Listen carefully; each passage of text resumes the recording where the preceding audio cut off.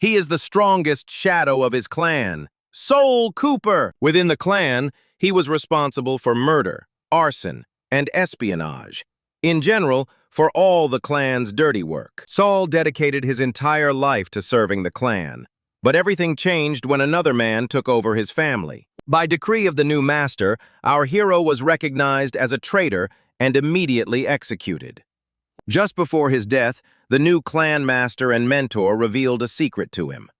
On the day he became a shadow, the mentor placed Saul under the Shadow Oath. Thanks to this curse, the new owner of the clan took all of our hero's abilities for himself. Realizing that all this time he was just a puppet in someone else's game, Saul decided to die together with his enemy. But no matter how hard he tried, he still died dishonorably in an unequal battle. However, he was lucky enough to be reborn.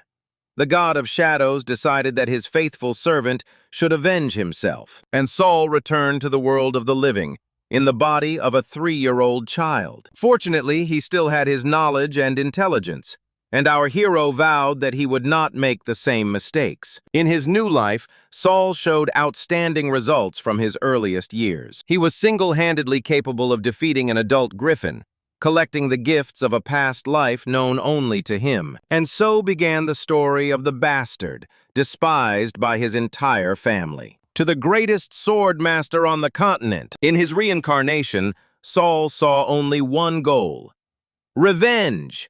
And we will return to the past, when our hero was betrayed by everyone. At the moment of realization, he gave in to rage and tried to take Alan with him to the next world. And to his credit, he came incredibly close to his goal. And the moment his sword was just centimeters away from Alan's neck, he felt his body being pierced by the sword. And for him, it was the end. At least that's what he thought. After a few seconds, the terrible pain disappeared. Saul opened his eyes to see what had happened and saw a half-abandoned barn all around. Not understanding what was happening, our hero thought that he had ended up in hell and prepared to fight the demons. But when he looked around more closely, he realized that this place looked familiar. When suddenly someone doused the guy with ice water. "How you stink!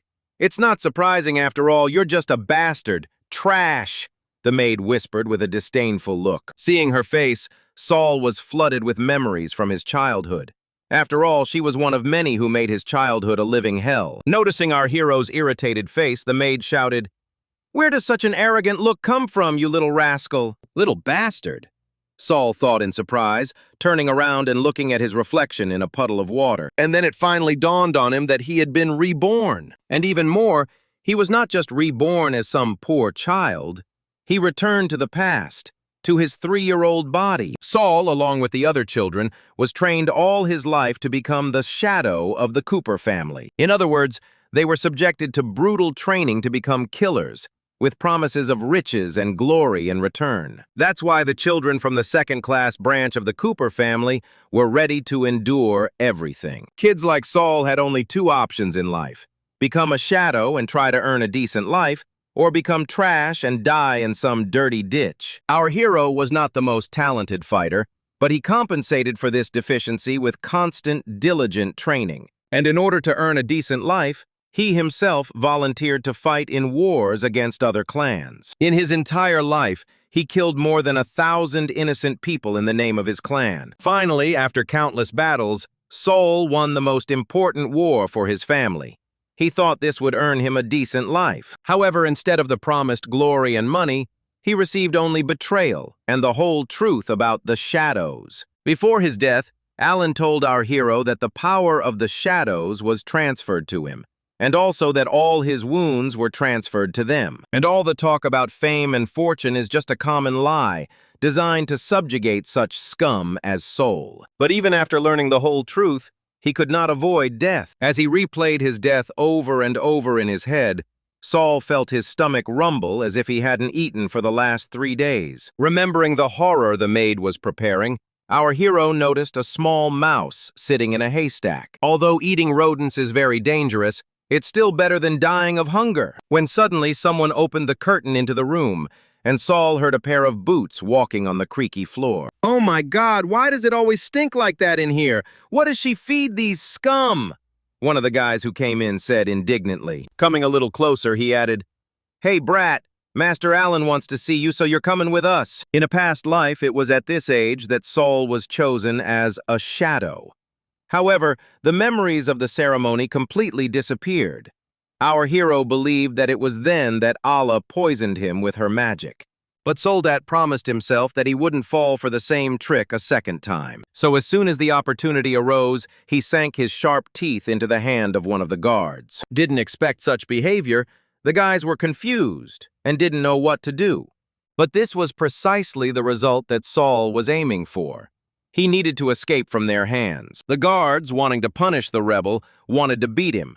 But our hero, using his agility and small size, easily returned from their blow. He also snatched a sword from one of the guys, and without the slightest drop of regret, he chopped off his hand. With one swing of the sword, which was amazing for a 3-year-old boy. Seeing his partner's severed hand, the guardian whispered in a trembling voice, "How is this possible? You're nothing but scum." But Saul just ignored him. Enjoy the moment. Oath of Shadow. An ancient blood spell that allows the caster to turn the target of the spell into their shadow at the cost of just a few drops of blood. The shadow cannot harm its owner, but rather only takes damage in their stead. At the same time, the shadow's owner will absorb all the power and abilities accumulated by their shadow. Because of the excessive cruelty of this spell, the Empire passed a law over 100 years ago. All books containing the Shadow Oath spell were to be destroyed, and its use was also prohibited. But who will obey this law when they have such power in their hands? That's right, no one! This black-haired, arrogant guy is Alan Cooper, the 8-year-old heir of the Cooper family from the main branch. For him, as the heir to the clan's throne, children like our hero are just toys. Alan quickly received news of what had happened in the barracks where Saul lived. Being a very lousy person, he, without a second thought, wanted to send our hero to prison to await the death penalty. But at that moment, a pleasant female voice was heard. "Wait, Alan, this boy has been a street child since childhood, so this behavior is normal for him. Besides, the initiation ceremony is far more important than the punishment. This woman is Alan's mother, the head of the Cooper family, Hera Cooper. Unlike her son, Hera was more reserved and not so arrogant. But if you think that she is a good person, then you are mistaken. There is a real devil living in her head. And by the way, it was she who chose Saul as a shadow for her beloved son." After reminding Alan how important our hero was to him, she politely stepped back and asked the children to prepare for the ceremony. And she ordered her servants to put on a seal that would not hide the sound, so that no one would disturb their ceremony. When all the preparations were complete, Alan poured himself and the other children glasses of ceremonial water. Raising it above his head, he shouted, "From now on, you are all soldiers of our shadow army. Now swear to our family." Believing all the words about glory and money, the children cried out as one, "We swear by the shadow that our lives will be dedicated only to the good of the family.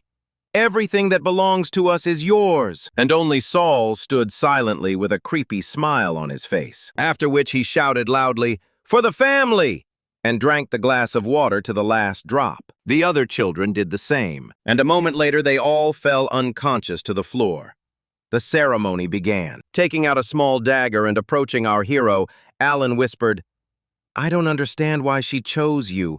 You couldn't even distinguish water from poison." However, he was still too young to contradict his mother, so he made a small cut on his finger to let blood. Blood spells are very difficult and require meticulous precision. But Alan was prepared for this moment of his birth, so he did everything perfectly. The spell, the magic circle, everything was flawless. In the process, the guy's shadow became covered in bright purple cracks, which enveloped the bodies of defenseless children, turning them into shadows. When the ceremony was almost over, Alan felt his whole body being transformed by force. The fact that he succeeded in the blood ceremony the first time gave him the confidence that he was an absolute genius. However, he jumped to conclusions. At some point, his legs stopped obeying him. Not understanding what was happening, the guy was overcome with fear and panic. At first, he thought it was a side effect of the spell. But if that were the case, Hera would have warned him. Realizing that something had gone wrong, Alan began calling his mother for help with tears in his eyes. And at that moment, he heard an incredibly creepy voice behind him. "You really are just a pathetic coward, capable of only hiding behind your mother's skirt. I have bad news for you. Hera cast a special spell to stay out of your way, so calling for help is useless," our hero added with a creepy smile. Turning around, Alan couldn't believe his eyes. His future shadow had risen up against him. "Soul, how did you wake up and how do you know about the blood oath?" the guy asked in a trembling voice. "Of course, that's what I told you. If I told you I was able to break the oath, how would you react to that?" our hero replied, stroking his sword, after which Saul swung his sword covered in a red aura, and with all his strength, he thrust it straight into the floor under his feet, destroying Alan's magic circle. At that moment, the arrogant boy felt like his heart was about to break into pieces. Seeing genuine fear on his face, our hero asked sarcastically, "You are interested in what I did, aren't you?" In his past life, Saul had to die to get back everything that Alan had stolen from him. However, this time, it's just payback, an eye for an eye. When suddenly, Hera heard a scream coming from the ceremonial hall, and this scared her a lot, because if she heard the scream, it meant the spell was broken and something happened to her son. Luckily for her and Alan, the guy survived. The boy was simply exhausted from using such powerful magic, and the spell was broken due to the negligence of one of the servants. Having learned of this, Hera ordered the guilty servant to be fed to wild dogs. Leaning over, the butler whispered quietly, "Madam, Alan looks worried. Perhaps this is the result of mental stress. However, I have my doubts about this." All this time, Alan just sat and tried to remember what happened to him. Noticing her son's concern, Hera, like a loving mother, stroked his head. And in a voice filled with concern, she said, "Alan, you don't have to worry about the shadows." Roughly pushing his mother's hand away, the boy replied, "What are you talking about? I don't care about this trash. I'm the future head of the Cooper family. They are obliged to give their lives for me," Alan added with a wild look. These words made Hera understand that her son was no longer that little boy. And to be honest, she liked that Alan was becoming more and more like his father, just as crazy and bloodthirsty. All this time, Saul was listening attentively to their conversation, hiding around the corner. Alan's words about the shadows giving their lives for him made our hero laugh, because Alan is now his shadow. In a past life, when Saul was fighting for his family, he discovered an entire tome of blood magic, which just happened to contain another oath of shadows. And then, without the slightest hesitation, he presented this tome to the head of the family. However, before this, the table studied the contents of ancient scriptures and was able to combine the acquired knowledge with the experience of returning power from a past life. A single drop of blood was enough to break the oath. After that, their roles with the Alan were reversed. However, he is held back by the body of a 3-year-old child. So the first step on the path to revenge is to become stronger. So Saul's first stop was Flame Mountain. Flame Mountain is a training ground created by the Cooper family to train shadows and find strong candidates. Just like Prometheus, who stole fire for humanity and was willing to accept his fate and suffer daily at the eagle's claws, the Cooper family abandoned their very young children on the fiery mountain so that they can endure this thorny path while the birds tear their flesh apart. Even if you're dying, you have no right to give up. And only when the first shadow reaches the top of the mountain, then it will receive the blessing of the eagle griffin. The blessing grants a body that cannot be damaged, no matter how much it is tormented or beaten. Children were given 3 days to complete the test, and the methods for achieving the goal were not limited in any way. And killing their competitors was even encouraged. The person in charge of this test was a shadow trainer named Enos Walker. Those children who give up and return will be executed after 3 days. Enos took particular pleasure in listening to the cries of children whose flesh was being torn apart. For shadows, this is the most important test, because by successfully passing it, you can gain unprecedented power. So as soon as the coach gave the signal, everyone immediately ran forward except for our hero. Unlike everyone else, he didn't run anywhere, but just walked calmly forward, whistling some song. Enos had heard rumors that Saul was different from everyone else, but he never thought it was that different. While all the children were trying to reach the top of the mountain along the only path where eagles hunted, our hero chose a different path.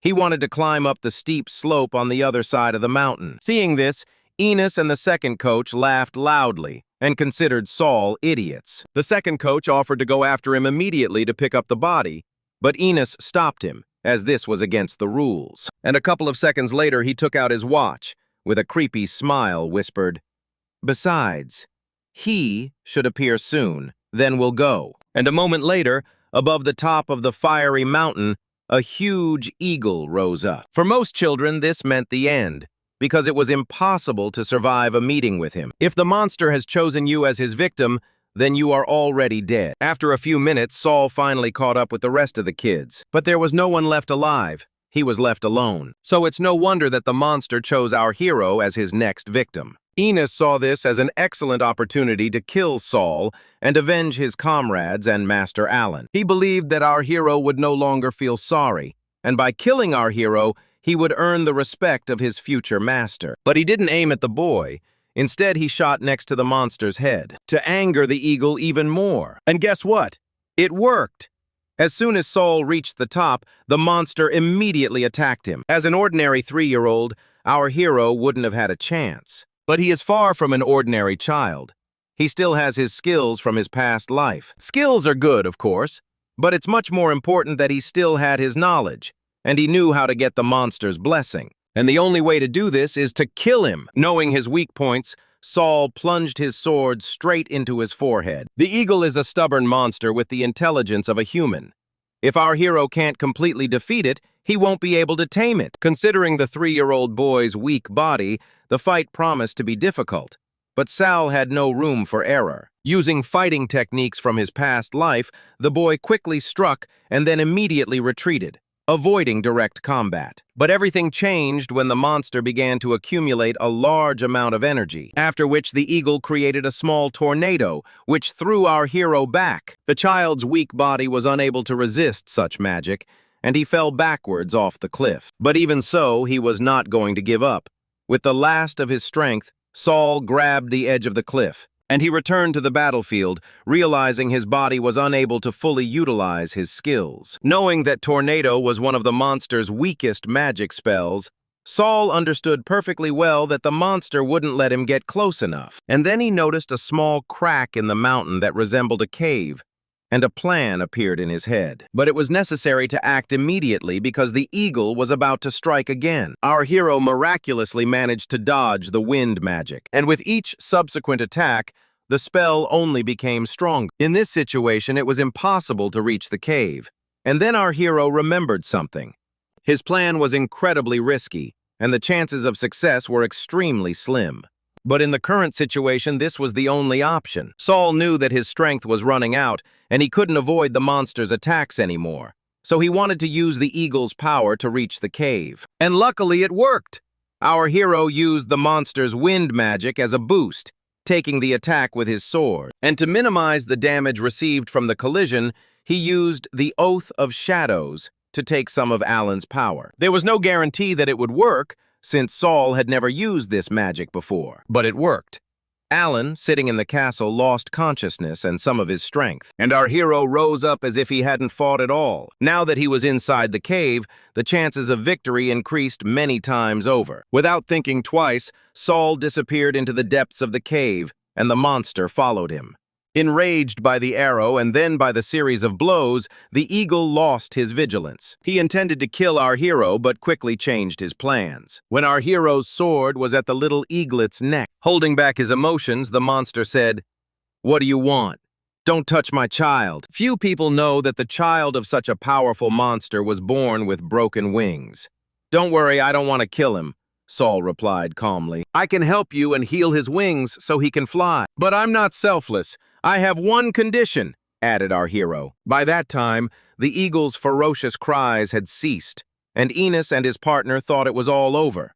So they decided to go and collect the children's bodies. But as soon as they stepped onto the foot of the mountain, the same eagle appeared behind them, with the soul riding on it. Knowing that children are just toys for them, our hero said, "You know, now you need to be in the shoes of us, the scum." "I don't understand what's going on." The trainers started to panic. and the monster pounced on its prey with Nika. It didn't take 5 seconds before Enos and his partner were eaten. When it was all over, Oriel said, "I've fulfilled my part of the deal, now it's your turn." To which Saul thoughtfully replied, "I agree. Take me to the dungeon at the northern end of the mountain range. This is the Forbidden Zone owned by the Cooper family, better known as the Land of Stones. For many years, the sword Persia has been kept in this dungeon. It can be used to kill Medusa and obtain her blood, which heals any wound. But our hero's main goal wasn't the sword, and certainly not the monster's help. The treasures hidden behind the gates are just a nice addition. The only thing our hero wanted was to destroy the dungeon. Upon opening the gates, the first thing they saw was a huge statue of Medusa. While it looked creepy, it was also quite harmless. But this is only at first glance. In fact, it is a very dangerous monster. In a past life, when Alan was 12 years old, his mother sent an entire army of shadows to get Perseus's sword for him. However, a jellyfish was waiting for them in this dungeon, and many shadows fell in this battle in order to protect Alan from it. Among the hundreds of warriors, only Saul remained alive. However, Perseus's sword can only belong to S-level warriors. Therefore, he could not have taken it. But Alan just fit that category. So he took the sword and finished off the Medusa. As a result, Alan became the chosen swordsman, for which he received countless resources, good connections, and many loyal servants as a reward. Nothing has changed in this life. Saul still can't take the sword of Persia, but he can make sure that this sword and title will not go to anyone else. Upon entering the dungeon and seeing the statue, the monster said in bewilderment, "You've deceived me! There's no sword or healing blood here, just a pile of stones." Immediately after these words, the gates in the dungeon were sealed. Not understanding what was happening, the monster blamed our hero for everything.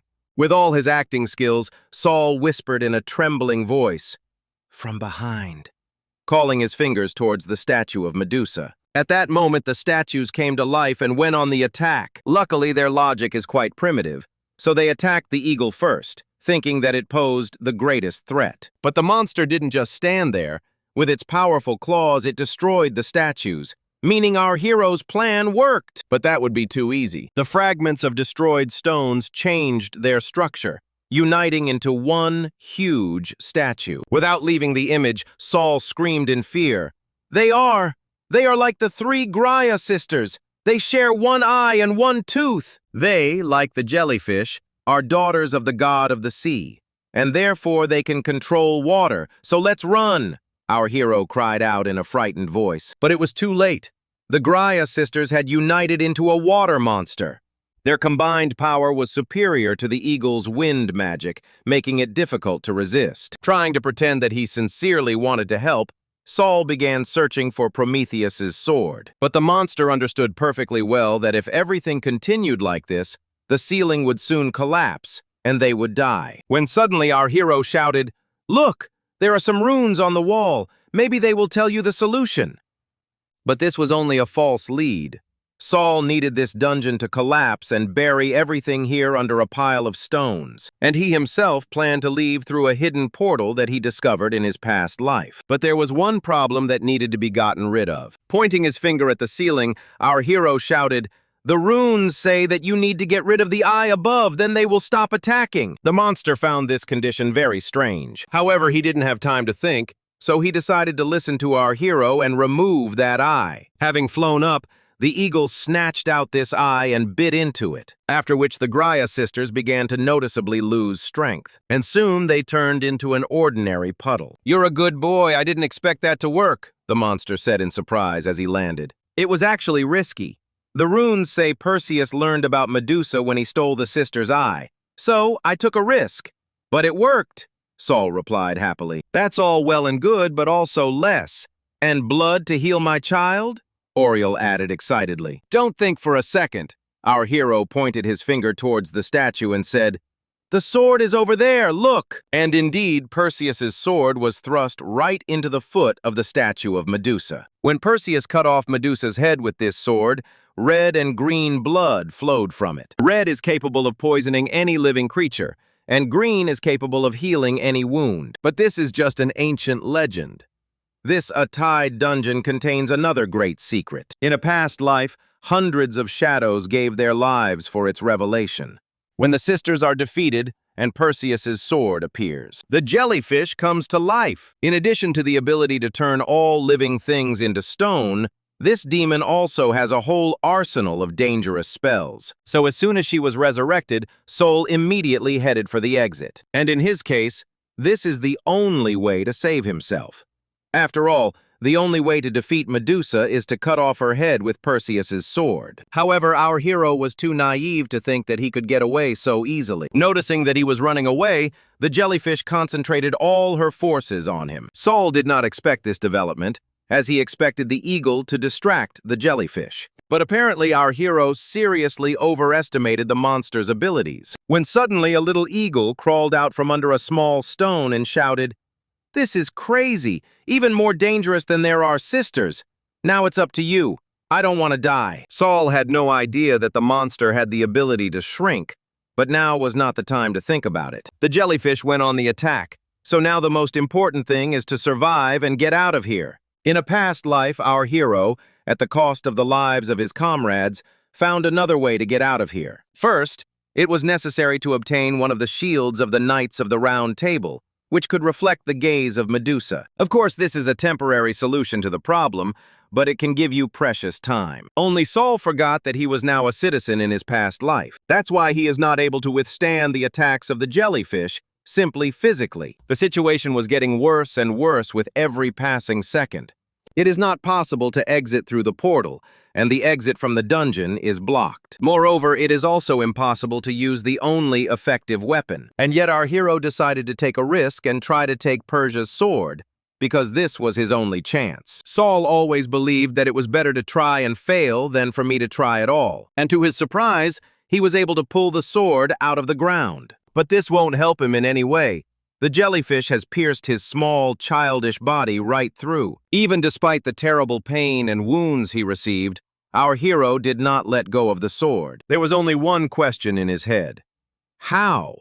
How could he take Perseus's sword, since he was not gifted from birth like Alan? And again, at the moment when he was close to death, memories from his past life came flooding back. Once this dungeon was cleared, Hera chained our hero to a cross as punishment and cast an amnesia spell on him. And then, Alan and his mother discussed that with the help of blood magic, they stole our hero's innate talent. This means that in his past life, Sol could have become the strongest swordsman in the family if his power had not been stolen. But this time, our hero made a promise to himself that he would not make the mistakes of his past life, and he intended to keep that promise. Gathering all his remaining strength into a fist, Sol chopped off all of the Medusa's snakes and became covered in a wild red aura. The huge hole in his chest instantly closed up as if nothing had happened. This is the first time our hero uses power, the power that was given to him at birth. Without a second's hesitation, Sol cut the Medusa's head off with one swing of his sword. Seeing this, the eagle, unable to contain his emotions, shouted, "You are a monster!" As the legend said, two different types of blood flowed from the severed head. One green, the other red. Having collected a vial of green blood, Sol was still thinking about what was happening, because all his life he considered himself a scum. The very fact that he had been trash all his life because of the Cooper family made him laugh nervously. And this only added incentive to our hero to take revenge, and to take revenge as harshly as possible. Having received what he wanted, Oriel tried to leave unnoticed. But then Sol shouted, "Where are you going?" "Listen, I acknowledge your strength. Let's part peacefully," the monster replied politely. "Of course, I'm not going to break our agreement. Just answer, do you have a strong head?" the echidna asked our hero. After which he forced the eagle to force his way out for them. Having gotten out, the monster finally understood what the guy's true intentions were, but was ready to forgive him if he healed his child. No matter how you look at it, everyone was happy with the results of this small outing. And of course, since Sol was the only one who reached the top and defeated the eagle, the monster gave him his blessing, casting a divine spell of invulnerability on him. In reality, this spell wasn't really necessary, since Sol had his own shadow. However, this way he could hide his secret from Hera. And given recent events, our hero needs to hide his S-level talent and not attract unnecessary attention. Having completed all the formalities, Saul handed Eagle a vial of jellyfish blood. After drinking it, the baby was finally able to heal his wings and fly like a real eagle. When suddenly our hero said, "If he doesn't find an owner before he comes of age, he'll remain just a stupid bird." Not understanding what the boy was talking about, the eagle asked, "What do you mean?" "Nothing of the sort. I just wanted to warn you. After all, you only became so strong after you found your master, didn't you?" Saul replied. And indeed, the eagle was tamed by the clan's founder over 100 years ago, and only thanks to him was the monster able to gain his strength. And for his child, the eagle also wanted to find a master capable of killing others without a twinge of conscience. And choosing a really good owner for your child is very important. It was practically impossible to find a truly worthy candidate, so Oral did not want to miss the opportunity and asked our hero to become the master of his child. After all, even at such a young age, Saul is much smarter than most. At that moment, a slight, barely noticeable smile appeared on the guy's face, because that's exactly what he was trying to achieve. After thinking for a moment, Saul said, "I agree, but you and I will make a deal. I want to know everything about Brad Cooper. What interests me most is where he hid the key to their family treasury." Meanwhile, there was real panic in Cooper Castle. Hera was incredibly alarmed that her son had lost consciousness for the second time. "I'm trying to calm her down," the butler said. "Madam, he made an oath that shadows pass into shadows. You shouldn't worry so much." However, these words did nothing to calm her down, as strange things began happening to Alan right after the ceremony, which meant something had gone wrong. Suddenly, the butler added, "I realize this may be inappropriate, but something has come up that requires your attention. Saul took first place in the exam just as we expected. However, he used the monster's power to kill Enos and his nephew, and also tamed its cub. In the entire history of the Cooper family, this is the first such incident. So Hera immediately wanted to meet our hero. A couple of minutes later, Saul showed up for the meeting. Trying to appear like an innocent child, he asked in surprise, "Madam, did you want something?" "Yes, I wanted to know, why did you kill Enos and his nephew?" the woman asked thoughtfully. "I did it for the good of the family."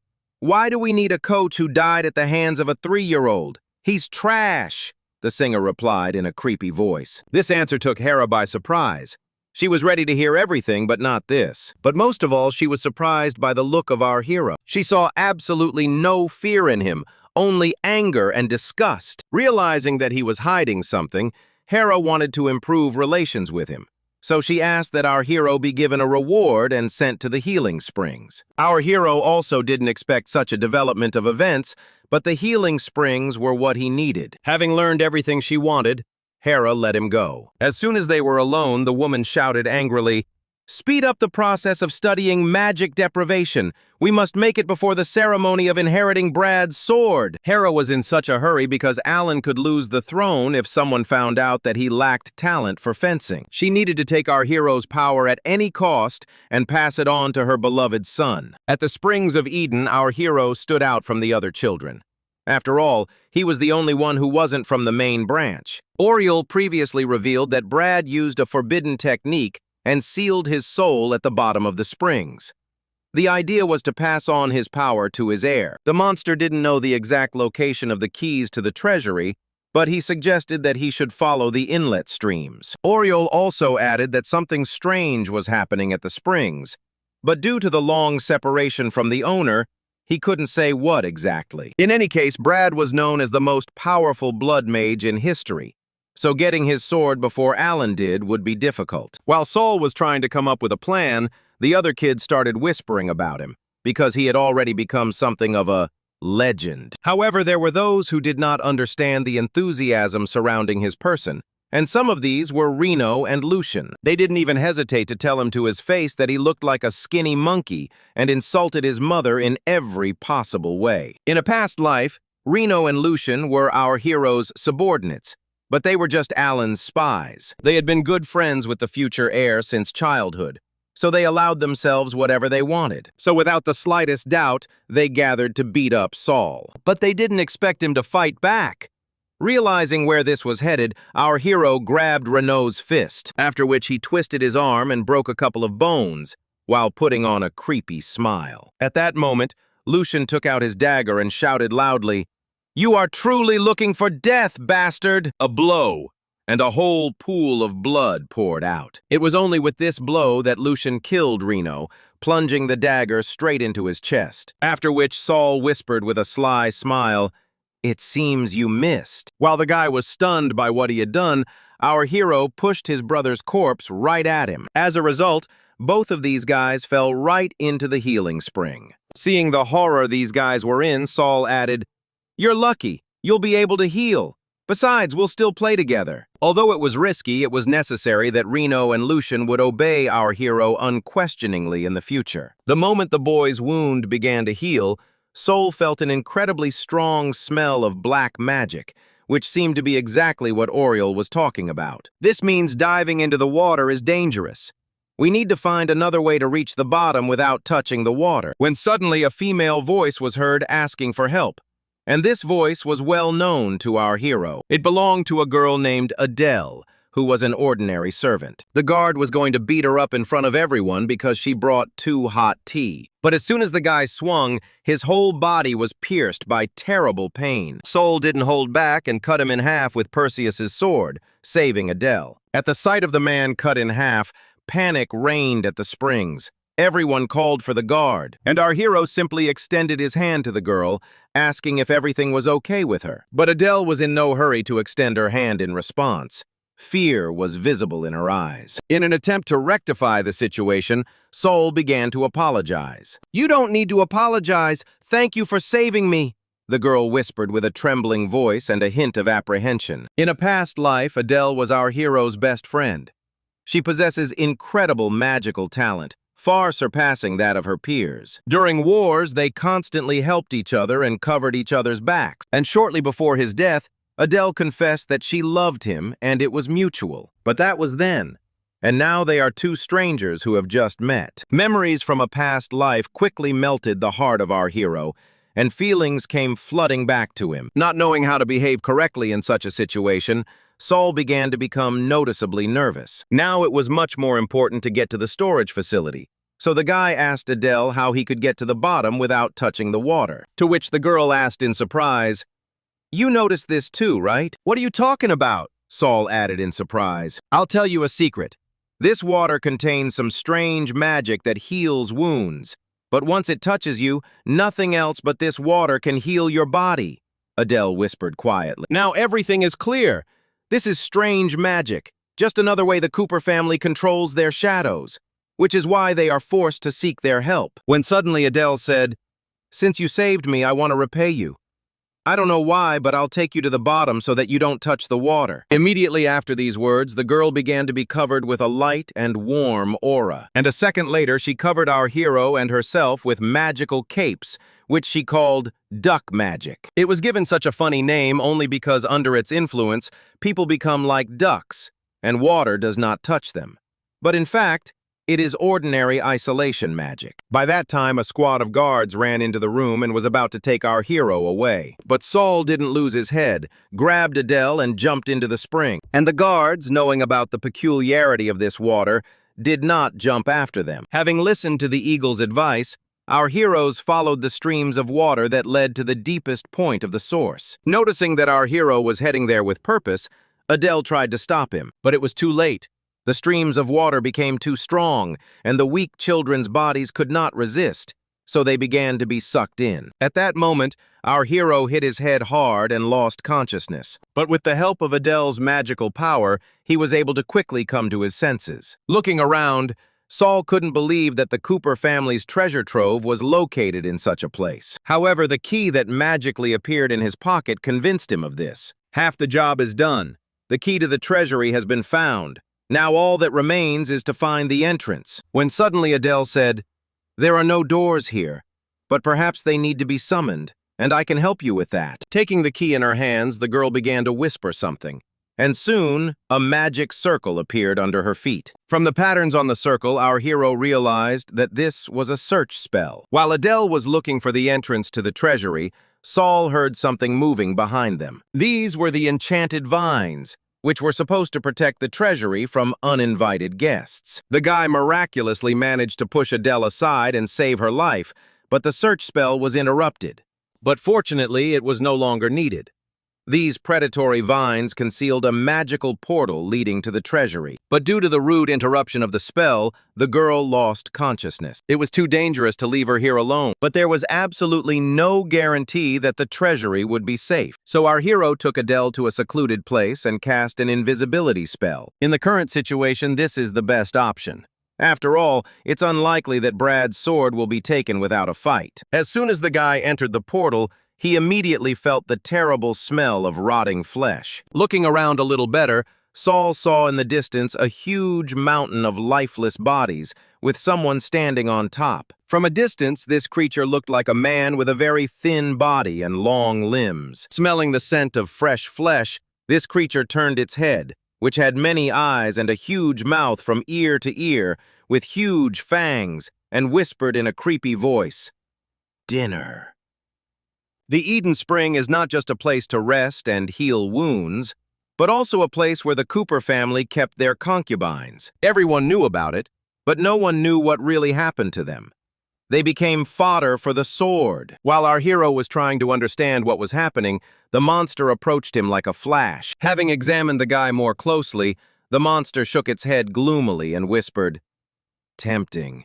You smell like an S-level fighter." Feeling threatened, Saul immediately retreated back. The guy tore the necklace from his neck and shouted, "How do you know about my talent? Are you really Alan Cooper, the chosen heir to the throne?" "I doubt it. You're too unlike him." "I get it. You're a damn bastard encroaching on the inheritance," the monster screamed in a mad voice, rushing at the guy. Luckily, our hero's reaction speed was enough to block his attack in time. "You're not bad for a bastard, but I won't give you the sword for free. First, pass the test," the monster added in a hoarse voice. "Don't worry, I'm here to kill you," Saul shouted with confidence. Laughing loudly, the monster said, "I expected nothing less from my descendant," after which their fight began. As expected, Brad's soul possessed terrifying power and astonishing attack speed. Even our hero, with his S-level talent and skills from his past life, couldn't resist him for more than a few seconds. Having cut the boy's body into pieces, the monster crouched over him and said through laughter, "You are truly good, but you are still too weak." But after a moment, the smile disappeared from his face. Seeing the boy's wounds healing, Brad whispered in surprise, "A gift from Bogus? I didn't expect him to acknowledge you. I wonder how he's doing without me. It's been over a century," the monster added with a hint of nostalgia. Taking advantage of the moment, Saul completely healed his wounds and accumulated all the possible magical energy to create a special spell. When he finished, a huge golden cross appeared in the dungeon. And this cross is not just a beautiful decoration. This is the physical manifestation of the most powerful pure blood spell, which completely deactivates any blood spells. When Brad's soul was captured, Saul told him that since his death, the Empire had developed several secret techniques to combat blood magic. It was the end. All that was left was to rip out the monster's heart to get the inheritance. Realizing that death was approaching, the monster begged for mercy. But our hero could no longer be stopped, when suddenly a creepy smile appeared on Brad's face. And just a moment later, he broke free from the spell and screamed in a terrible voice, "How scared I was, but you missed! Even though you wanted to kill me, I like you. You're interesting," the monster added, laughing. Realizing that he had no more trump cards, our hero immediately retreated. But this is unlikely to help him in any way. Brad is already aiming for his blood. By summoning a bloody army of the dead, the monster wanted to show our hero how big the difference in their strength was. Brad was sure that this was the end. He even regretted that Saul had come to him so early and would only die in vain. It is entirely possible to fight multiple bloody dead at the same time. But the problem is that there are not just a few of them. There is a whole army of them, and it is simply impossible to kill them while their owner is alive. So our hero has no chance. He can only delay his death. Trying to do at least something, Saul was even able to summon the protection of the Holy Sword. This helped to push back the army of the bloody dead. But for Brad, this barrier was no stronger than a soap bubble. Having destroyed our hero's defense, the monster grabbed him by the neck and raised it as high as he could and said, What did you expect? Get out of here. That this would be an easy walk. And you feel how the forces are rapidly leaving your body. Death is approaching. When suddenly Brad's grip weakened and he added, "Your aura is the same as one of my concubines. Perhaps it was your mother." These words made our hero's heart beat faster. But it was too late. The monster opened its mouth and was ready to devour Sola. Our hero remembered little about his mother, but there was something that was imprinted in his memory more than anything else. Whatever he was, she always enveloped him in her love. But everything changed in one day. Someone from the main branch of the family came for her and saw her somewhere, after which Saul never saw her again but waited. Among his peers, he was always the smallest. So without his mother, everyone began to bully him. Although mock is the wrong word, people made his life hell. And Brad's words about his mother brought clarity to the situation. She didn't abandon him, she died. And this is his doing. Realizing this bitter truth, our hero was consumed by rage. This wild and boundless anger gave him the strength to strike again. Gathering all his strength, he thrust his sword straight into the monster. Brad tried to heal the hole in his chest with blood magic, but Saul plunged his sword deeper and deeper.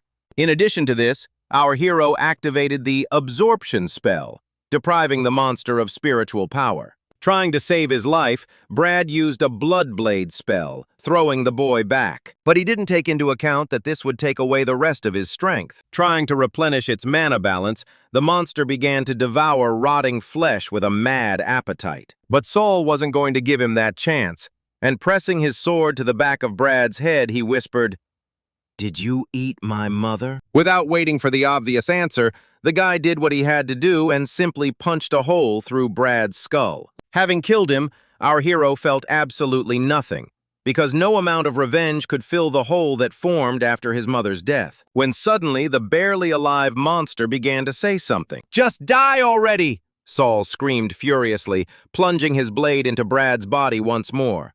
And even so, he remained alive. Realizing that this was the end, the monster tried to negotiate with our hero, offering his strength in exchange for his life. "Well, finally, you're starting to say the right things. But you're an idiot if you think I'll let you live after what you did," Saul whispered in a calm, emotionless voice. After which he finally killed Brad, turning his mutilated body into a pool of blood and bones. And all that was left of him was a small, bloody core, which, if absorbed, could give Brad's power. And only when it was all over did Saul finally feel relief. Opening his eyes, in the reflection of the blood, our hero saw his mother, who was hugging him as if saying goodbye. Soul, where are you?" Adele's voice suddenly rang out. The guy turned around and saw a girl with a frightened look running through a sea of blood straight towards him. Seeing that he was covered in blood, Adele whispered in a trembling voice, "Are you wounded? I can heal you." Without waiting for an answer, the girl, using her last strength, began to treat Saul. In her past life, Adele became a concubine, meaning she suffered the same fate as our hero's mother. Realizing that he had just saved her from death, our hero gave in to his emotions and hugged the girl. From now on, in this life, he had another goal besides revenge: to save Adele's life at any cost. As a reward for defeating the delirium, our hero received the ability blood-sucking. By infusing the sword with a small amount of his own blood, its stats are enhanced. After the disappearance of the demon, the spirit of the founder's sword, a real rift arose within the Cooper family. All the Spring Guardians were sentenced to execution, and the servants, having witnessed our hero's true strength, no longer dared to behave so rudely toward Adele. According to rumors, it was Saul who stole the Zanpakuto from the springs, however. Without sufficient evidence, Hera could only continue her pursuit. Well, the guy remained unharmed, and we move forward 4 years, to the training ground of the Cooper house. Despite all the difficulties, Alan was still able to reach the S level of fencing, which greatly surprised the head of the Isaac family, Hugh Isaac, better known as Wildfire, due to his distinctive hair color. When suddenly, during a demonstration fight, a loud scream was heard from the young heir of the Cooper family, coming from the usual training ground where the shadows train. And now Saul is training there. Over the past 4 years, he has also learned a lot of new things, just like Alan. However, his fighting abilities turned out to be much more impressive and destructive than those of his heir. Hugh Isaac couldn't help but notice that our hero is incredibly young for his age. All of his peers are at the Iron Sword Adept level, while he has already reached the Silver Sword Defender level. And because of this colossal difference in strength, Alan hated Saul even more than before. Trying to appear cool and live up to his name, the guy made a huge mistake by challenging our hero to a duel. Saul initially wanted to refuse, but he changed his mind, realizing that this way he would be able to understand what Alan had achieved over the years with the help of his mother. Naturally, their duel attracted the attention of the shadows, servants, and generally everyone who was on the training ground at that time. For Alan, this fight was incredibly important because his honor and authority were at stake. And knowing about this, our hero began to mock him in every possible way, when suddenly he said, "Sir, maybe you will start fighting seriously. I want to see your innate talent." And to create the illusion of an equal fight, Saul began to fight. Feeling helpless, Alana was consumed by an uncontrollable anger. After all, his mother had promised him that he was the strongest in the empire, but it was a lie. Compared to our hero, the heir of the Cooper clan looked pathetic. All of his attacks were useless and had very little combat aura, unlike Saul, who showed true S-tier talent. Living send Hera a small message, our hero pierced Alan's right eye, after which the guy, writhing in pain, fell to the floor and began to scream. Seeing all this, Hugh Isaac laughed out loud, and with a hint of arrogance he said, "Leon, it seems those servants who just lost to the master were just pretending." Unable to tolerate such a tone, the head of the Cooper family replied, "Don't forget yourself. Sorry, I didn't mean to offend you, but after all, Mr. Allen is engaged to my younger sister. I don't want her to marry a weakling," Hugh added. "Don't get cocky. If it weren't for my kindness, it's unknown whether your sister would have ever gotten married," Leon answered rudely. Realizing that their conversation could end badly, Hugh politely bowed. But as he left, he reminded them that in 10 days their families would be starting work at local training centers. Leon was incredibly angry about the whole situation, but not because of our hero's actions, but because his heir turned out to be a weakling. When suddenly he said, "What is the name of this shadow?" Coming a little closer, the maid answered, "It is Saul, my lord, one of your bastards." For Leon, these words meant a lot, since the bastard title meant that the boy had his blood in him. Wanting to talk to our hero alone, he ordered the maid to bring him immediately after training. As soon as they met, Leon tried to scan Saul for talent, but our hero took great care to keep his power secret from prying eyes, so the head of the family saw nothing. Leon, however, was far from stupid, and he realized this. The only thing that concerned him was the motive behind such actions. As soon as Saul entered his office, the man said, "In 10 days, you will lead the 10th squad of shadows to go to the Lost Crystal City with the people of Isaac to get dragon eggs for our families." After which he handed the guy a special sword with a sealed teleportation spell to the Crystal City. To get the dragon eggs, our hero will have to face the dragon anyway. This is most likely no simple mission. It's some kind of cunning plan of Leon's. However, it is unknown when Solu will have another opportunity to obtain a dragon egg. So he agreed to this mission, but with a small request. And his request was that Adele go with them. Besides them, Renaud and his brother are also present. But in order not to reveal the girl's full potential, our hero said that she would be a servant. Many people didn't like that she took the place of one of the shadows. But Reno and Snapper were happy. As they approached the desired location, most of the shadows were stunned, as the Crystal City simply looked like an ordinary city. No crystals or anything special. When suddenly a voice came from the forest. "I didn't expect that the Cooper family's elite squad didn't know anything about this city." "Henry, it looks like they've sent us the dregs," the red-haired girl added through her laughter. Her name was Gloria, the younger sister of the head of the house, Hugh Isaac, and Alan's fiancée. Coming closer to our hero, the girl introduced herself and extended her hand, a sign of friendliness. But Saul simply ignored her, ordering Adele and Tech, the name of our hero's pet monster, to stay behind. Of course, Gloria did not like such arrogance towards her and her people. Moving a little to the side, Saul said, "Gloria, I'm afraid if we activate the portal before sunset, our entire trip will be in vain." In a past life, our hero was well acquainted with this girl, so he tried to talk to her as little as possible, because she doesn't close her mouth as soon as she starts talking to someone. By the way, Tech had a special task assigned to him by Seol, but more on that later. By connecting their blades, Gloria and our hero activated the Holy Altar, which served as a teleport to the Crystal City. Just entering this city is considered an incredibly dangerous adventure, not to mention getting the dragon egg, when suddenly Henry, Gloria's deputy, shouted, "Isaac family, kill the Cooper people immediately, then the egg will belong to us." From the girl's reaction, it was clear that she knew nothing about it. But now it doesn't matter. We need to act immediately. Trying to help somehow, Saul ordered his men to form a circular defense. At this time, several blue flashes appeared behind him. Immediately after this, a huge explosion thundered, and a second later a multitude of black silhouettes appeared. These are the Guardians of Light, the Guardians of the Crystal City. Without a second's hesitation, Gloria drew her sword and went on the attack. It only took one blow for her to decapitate the Guardian of Light, and they are considered quite powerful. Henry was saved. The girl scolded him for his initiative, but the guy tried to justify himself by saying that it was all for the good of the family. When suddenly the guy screamed in fear, "My lady is behind!" While she was trying to understand what was happening, the two guardians of the Crystal City that attacked her split into 1,000 small pieces. And it wasn't a miracle.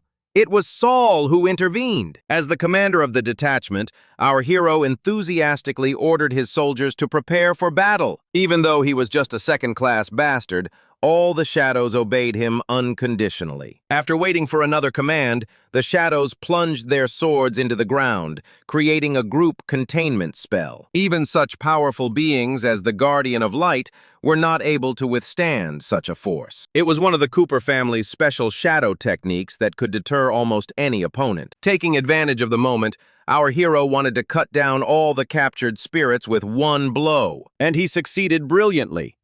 The captured guards turned into a pile of crystals. Seeing this, the Isaac family soldiers cried out in surprise, "This is the power of the Cooper family! This bastard is just a stepping stone, but he possesses such power!" Even the arrogant Gloria acknowledged our hero's strength, and something changed in her heart. After killing all the guards, a small red crystal appeared that emitted incredible power. Taking it into his hands, Saul completely absorbed this unbridled power, raising his level to the level of the Golden Sword Master. Now the entrance to the Crystal City is completely open to them. After a small victory, a keyhole appeared on the altar, the key to which was that very crystal, whose power was absorbed by Saul. As soon as the guy inserted the key and turned it, a strong earthquake began. But it wasn't an earthquake. After the castle was opened, the altar began to sink underground. This passage led them straight into the dragon meadow. There were hundreds and thousands of dragon eggs everywhere, with heat escaping from underneath them. Seeing all these shadows and knights of the Isaac family thought that this mission would be simple. But Saul knew that as soon as they touched the eggs, they would immediately become the dragon's target. And so it happened. As soon as they touched the eggs, a huge, ferocious dragon appeared from the shadows. At this point, the normal soldiers immediately retreated, and only Saul and Gloria had the courage to stand up to the monster. But it wasn't that simple. As soon as the dragon appeared, the altar began to rise. Turning around, our hero saw a shadow named Gray, who was holding one of the dragon eggs in his hands. The thing is, the guy had a special assignment from Leon. Gray was to obtain at least one dragon egg at any cost, and prevent any of the Isaac family from escaping. The head of the family even allowed the sacrifice of all his comrades for the sake of the goal. But for Saul and Gloria, this didn't change anything. They still had to fight the dragon. Going on the attack, the girl said in surprise, "Your lord is incredibly cruel, since he is ready to sacrifice not only us, but you too." "I'd say it was quite predictable," our hero replied. "But if you knew, why did death come?" Gloria asked in surprise. But there was no time for talking. Now they needed to survive at any cost. Dodging all the dragon's attacks, the guys tried to find his weak spot, and Saul found him. Cutting off one of the monster's wings, he said, "Our family is different from everyone else. If I hadn't come here, I would have definitely died.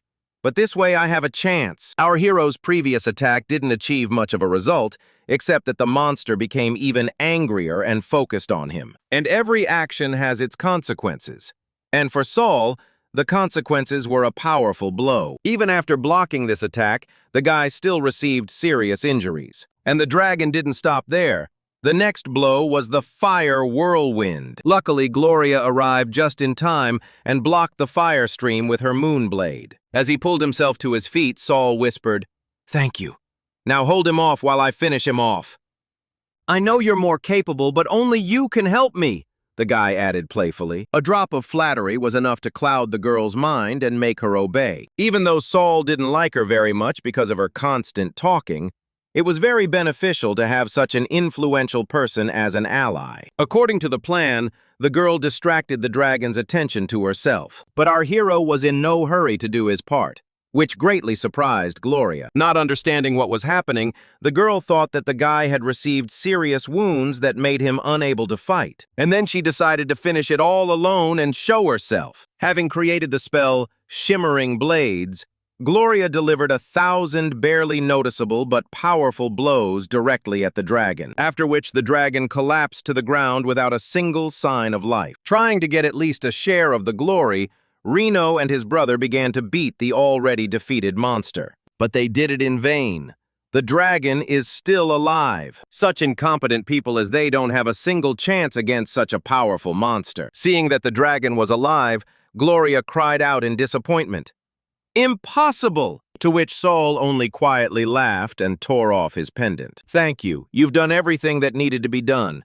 Now let me finish what I started," our hero added, summoning Perseus's sword. After absorbing the crystal, Saul became much stronger and was eager to test his new power.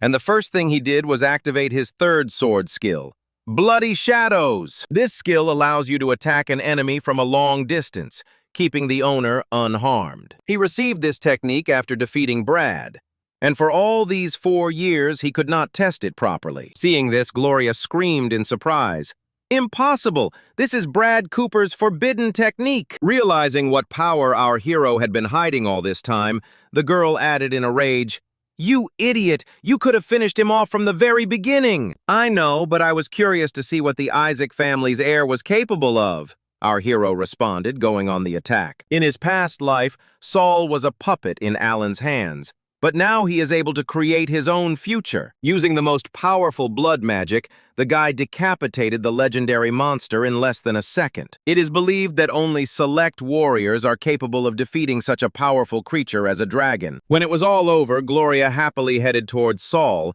but the guy stopped her, pointing his dagger at her. At this moment, his entire body was covered with a demonic aura, and it was clear that he was experiencing severe pain. At some point, he heard a painfully familiar voice in his head. "Saul, did you really think you could use my power after you killed me? I didn't just swallow all those women for nothing.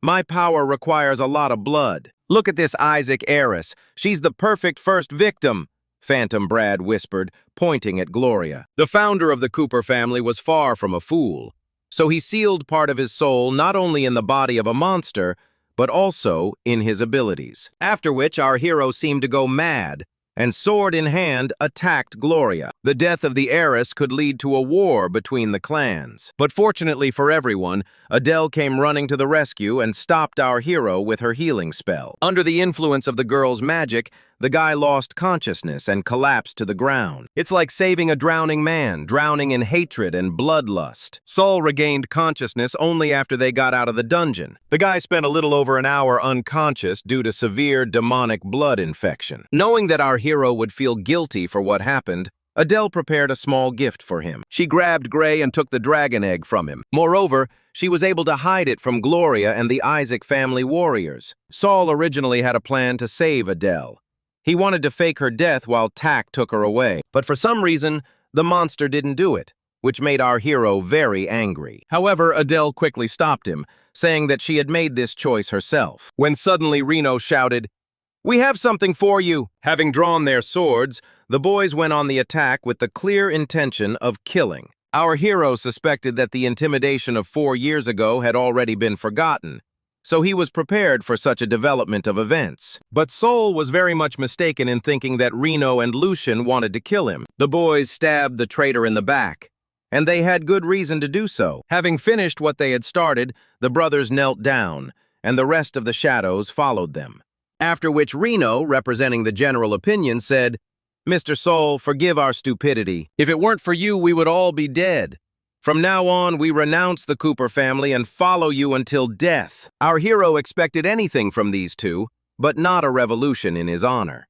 While the guys stood stunned by what was happening, Adele shouted with delight, "Sol, look!" Turning around, our hero saw how the dragon egg they had stolen hatched. Demonic dragons, like all intelligent monsters, need masters and choose the strongest for this role. That's why, of all those present, the dragon chose Sola as its master. For the rebellious shadows, this was a huge sign that even the dragon was now on their side. Having even one mythical pet is already quite rare, let alone two at once. It looks like big changes are coming to the Cooper family from this day forward. Meanwhile, in the family's main castle, Alan and Guerrera asked Leon to go horse riding. After finishing reading the letter he received, the man went crazy and shouted, "Alan, you're worse than that bastard. He just killed an adult dragon and tamed its baby." "Darling, what does our son have to do with this? If he were instead of that scum, he would have done better," Hera said, defending her son. But seeing her husband's crazy eyes, the woman realized that this conversation would not lead to anything good.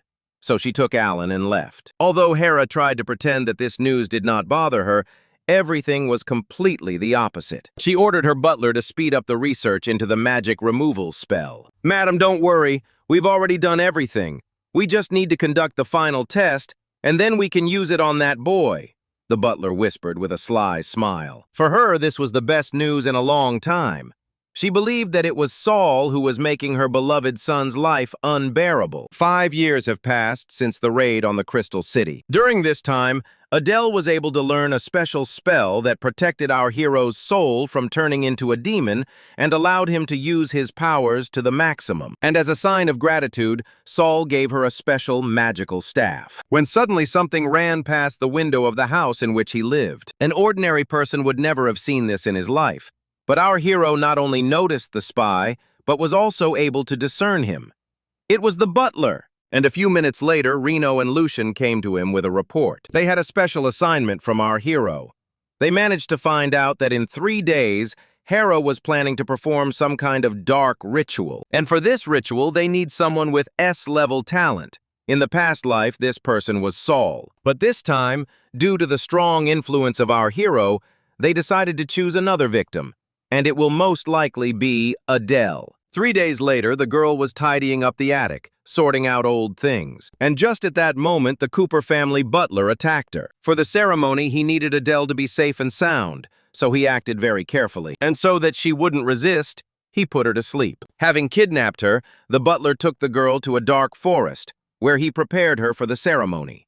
With the help of dark magicians, the man was going to use this spell to steal Adele's outstanding talent and give her to Alan. And for this, he needed her blood to merge with the magic circle. And then, at the moment when it seemed that everything was over, the girl simply disappeared, and he plunged his dagger into the ground. "I knew you'd come for me. How do you like my illusion?" Adele whispered from behind me. Realizing that his plan had failed, the butler broke out in a cold sweat and began to think about how he could fix the situation. The girl did not lose her composure and took advantage of his confusion for her attack. Adele bound the man with chains of the starry sky, completely disarming him. "What am I paying you for? Release me immediately and seize this girl," the butler shouted angrily. The girl, instead of retreating, fell to the floor, closed her eyes and ears, strictly following our hero's plan. And at that moment, a terrible roar was heard throughout the forest, and 2 silhouettes appeared on the horizon. This, if one can say so, was reinforcement, the eagle and the dragon of Sola. First of all, the monsters focused on the dark magicians, gnawing their bodies in half and burning their flesh to coals. Seeing how everything around was engulfed in wild flames, the butler realized that this was his end. "Touching Adele was the biggest mistake of your life," our hero said, appearing out of nowhere. "I'll be honest, your chances of survival are slim, But if you tell me why you need Adele, I'll think about it," our hero added, making a small cut on the man's cheek. "The ceremony of depriving one's powers is very complicated.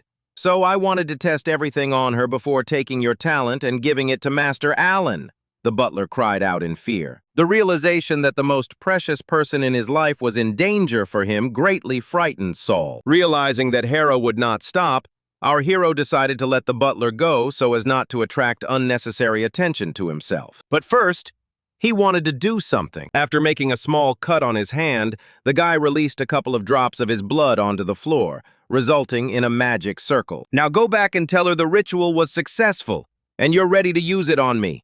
If you deceive me, death will be a blessing for you," Saul whispered angrily, grabbing the man by the hair. "Why do you do this?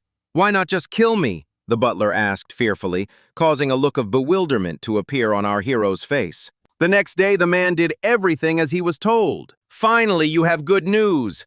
We'll hold the ceremony on the next full moon, just in time for Alan's coming of age," Hera said, trying to contain her joy. Thoughts that her long-standing dream would soon come true completely filled her mind. Meanwhile, Alan had his first meeting with his fiancée, and he was sure that she would be delighted with him. But his expectations did not match reality. When he tried to touch the girl, Gloria took out a sword and brought it to his throat. "I don't want to seem rude, but you, Mr. Allen, are a nobody, and I don't want a husband like that," the Isaac family heiress said without a hint of regret. "However, my brother and your father made a pact, and I'm ready to do anything for the family. But you will only become my husband if you defeat me in combat," Gloria added, swinging her arm. "Strike!" And the ringing sound of metal echoed throughout the area. But instead of a frightened Alan, the girl's attack was stopped by our hero's blade. Taking the opportunity to mock, Saul turned to the boy and said sarcastically, "Sir, are you all right? I've come to save you." "What makes you think I need rescuing?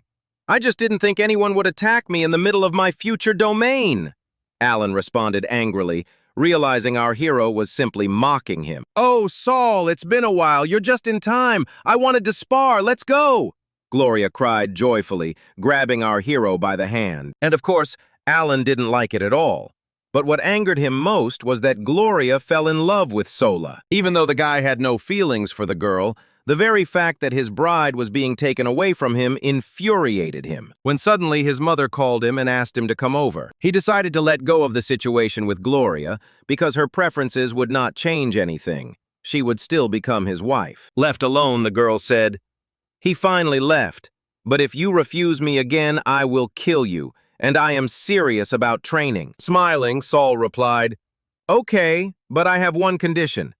You must introduce me to your older brother, Duke Hugh." Although it was very difficult, Gloria arranged a meeting where Saul outlined his plan to terminate the marriage contract between Gloria and Alan. But for this, our hero needed one of the Isaac family heirlooms, namely, the Box of Illusions. In his past life, Hugh was dissatisfied with both Alan himself and his alliance with the Cooper family.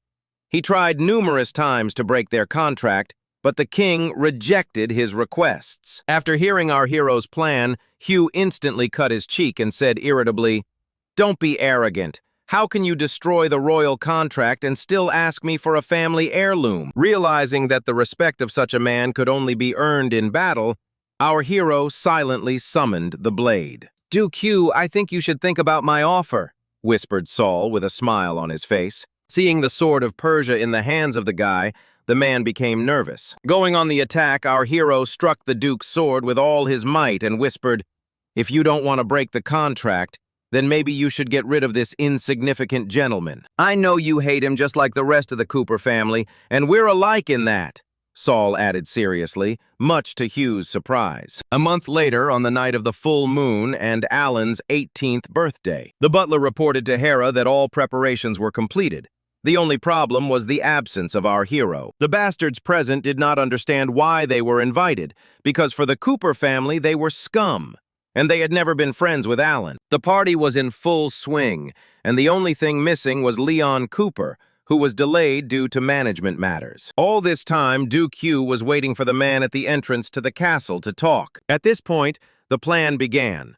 The first thing to do was to activate the illusion box. This plan was incredibly risky, So Saul decided to stay near Hugh, and he entrusted the opening of the box to his faithful comrades. In order for the illusion to be as strong as possible, as much magical energy as possible was required. The shadows gave it their all and opened the box of illusions. The next step was to break into the castle. Our hero did everything possible to make sure that no one but Alan saw him. Meanwhile, Adele had a prophetic vision. The girls saw how Alan grabbed our hero and chained him to a huge cross in the basement. The vision was blurry and choppy, but Adele saw our hero's death clearly. Knowing that right now he was in Cooper Castle, the girl was overcome with fear. She understood that without her help, he would die. To better understand what she saw, the girl created a special spell, Guiding Star, which helped her understand everything. And she realized that this was a vision from a past life. Guiding Star. This spell is only available to time mages. Using the power of the stars, they can divine the future and the past. Even though the vision showed our hero's past life, the girl was still sure that this time everything would repeat itself, so she wanted to help him. Adele arrived just in time, just as Alan was treating Saul to a glass of wine. Seeing this, she could think of nothing better than to put the young Duke to sleep. But just as she was about to do so, an angry cry rang out. Adele! As soon as she turned around, she immediately became a prisoner of Hera's personal guard. When the woman saw the girl, she was incredibly surprised, because she thought that she had lost her powers after the ritual. Although this had raised some suspicions, it still went unnoticed. Now Hera was most worried about the upcoming ritual. To avoid any suspicion, Saul politely accepted the glass from Alan and drank it, after which he instantly lost consciousness. Feeling his triumph, the guy said, laughing, "You idiot! How did you manage to fall for the same trick twice?" And then, everything happened just as Adele had predicted. Our hero was captured, dragged into the basement, and chained to a wooden cross, after which Alan began to beat him, asking questions along the way. Although from the outside it looked like an interrogation, in reality it was a simple beating. The guy hated our hero both because of his talent, because Gloria fell in love with him, and for many other reasons. Seeing that Alan was going too far, Hera stopped him. "Alan, stop! We still need him!" A little later, the butler approached him and handed him some strange dagger. "Sir, with this you can pierce his indestructible body. You see, Saul, for us, purebred Coopers, you're just toys. We do whatever we want with you," Alan whispered with a wild look, after which he plunged the dagger straight into our hero's heart. Due to the wounds he sustained, Saul began to choke on blood. And even despite this, Alan continued to thrust the blade deeper and deeper, all the while letting out a creepy laugh. And this continued for several minutes until Saul lost consciousness. But a moment later, he laughed and shouted joyfully at the top of his lungs, "What idiots you are!" At that moment, there was an unforgettable expression on Hera and Alan's faces that said straight out, "We screwed up!" At first, of course, it was fun, but then you went too far, Saul added, still laughing as he broke free from the chains. "However, your big mouth worked even better than I imagined. And most of all, I liked the moment where you confessed how you really feel about everyone around you," our hero added, snapping his fingers. And immediately after these words, the illusion began to dissipate, and the gloomy basement began to turn into a banquet hall full of guests. It was only after a few seconds that the two of them realized what had just happened. Of course, after hearing this,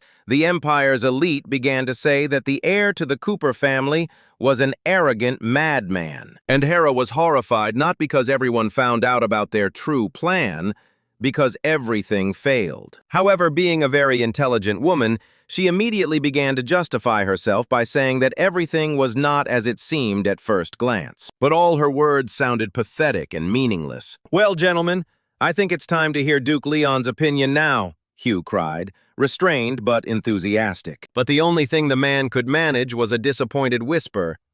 "Alan, how are you?" "Darling, he has nothing to do with this. It's all me." "I'm trying to save my son's reputation," Hera shouted.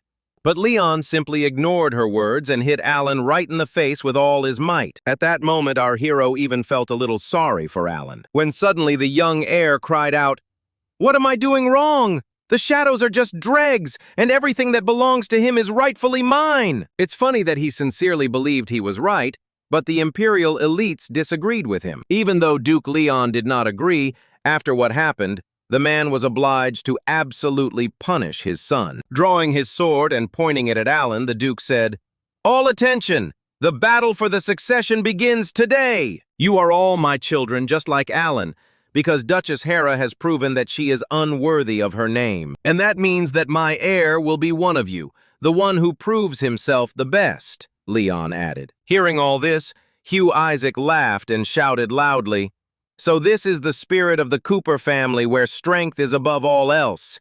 I finally saw it." Coming a little closer, the man added, "Leon, given what happened, I think it's reasonable to terminate the marriage contract. After all, I wouldn't give my sister to someone like him." Hearing this, the Duke looked at our hero and understood everything. The box of illusions and the plan. It was all Saul's doing. Leon has long known about what his wife is up to, but the fact that everyone found out about it threatens the family, so he cannot ignore it. Having thought it over carefully, the man shook Hugh's hand and said, "I will speak with the king and let you know our decision." Once the issue with the Isaac family was resolved, Leon turned his attention to our hero.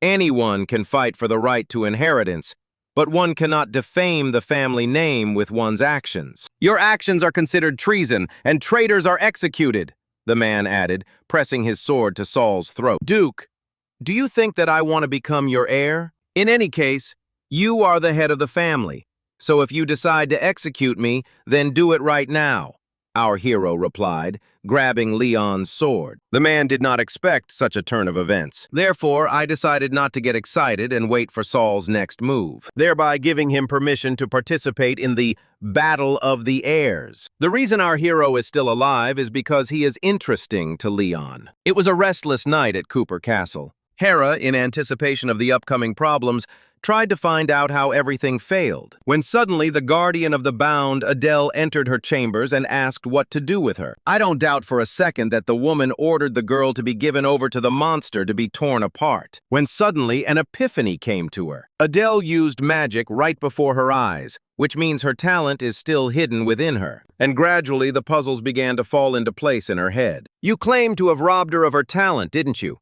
So maybe you could show it to me right now," Hera whispered darkly to the butler. Realizing that his identity could be exposed, the man responded in fear. "Madam, her talent is of too high a level. I still haven't mastered it." But it was too late. Hera gave the order to eliminate him.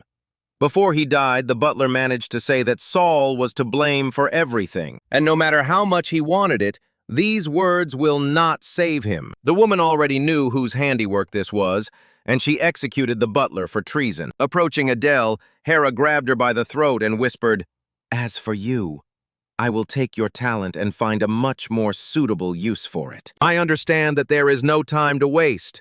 The woman began the talent theft ceremony immediately. But no matter how hard she tried, everything was to no avail. "Impossible! Only the body of the Ice Moon can stop this spell," the woman whispered in disappointment. Girls with this talent become enhancers when they reach adulthood, and a man who becomes her partner gains strength thanks to her. Realizing that the plan had failed again, Hera decided to simply kill Adele to take revenge on our hero. Meanwhile, Saul was thinking about the previous night.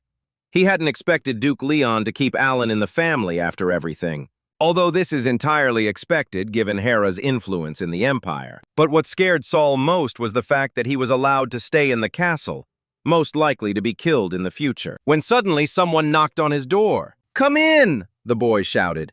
"Hi, my brother said you were supposed to return the box to us. I had a free minute, so I decided to come in," Gloria said in high spirits. And then it dawned on the guy that if he could secure the support of the Isaac family, then even if he personally killed Alan, he could avoid execution. Noticing that the guy was staring at her, the girl indignantly shouted, "Where are you looking?" "I was just thinking. Our families are politically equal, so why is a box that simply creates illusions, and under very harsh conditions at that, considered a family heirloom?" the soul asked, handing over the box. "You're a sly one. It's a family secret, so I can't tell you," Gloria replied, hoping to strike a deal. "I understand. Well then, bye." Pointing to the door, he added, "Sal." "Oh my God, you're such an idiot. I'll tell you a secret if you fight me," Gloria might have screamed. Although this was not part of our hero's plans, he still agreed to find out the Isaac family's secret. Since their last meeting, the girl has become much stronger and has learned many new techniques using magic. And even her fencing skills became much better. In her family, she is considered a true young genius of the sword. But still very far from Saul's level, the guy only needed one counter move to win the duel. You've become much stronger, but you still have a lot to learn. Now tell me the secret of your box, our hero whispered, putting away his sword. To be honest, no one knows exactly what her power is, but there is an ancient legend that says that a person who mastered the power of the stars themselves, as well as the magic of time, can bring another person back to life with the help of this box, at the cost of his own. Upon learning this, Saul understood how he had been reborn. Adele had sacrificed herself and pulled him out of hell.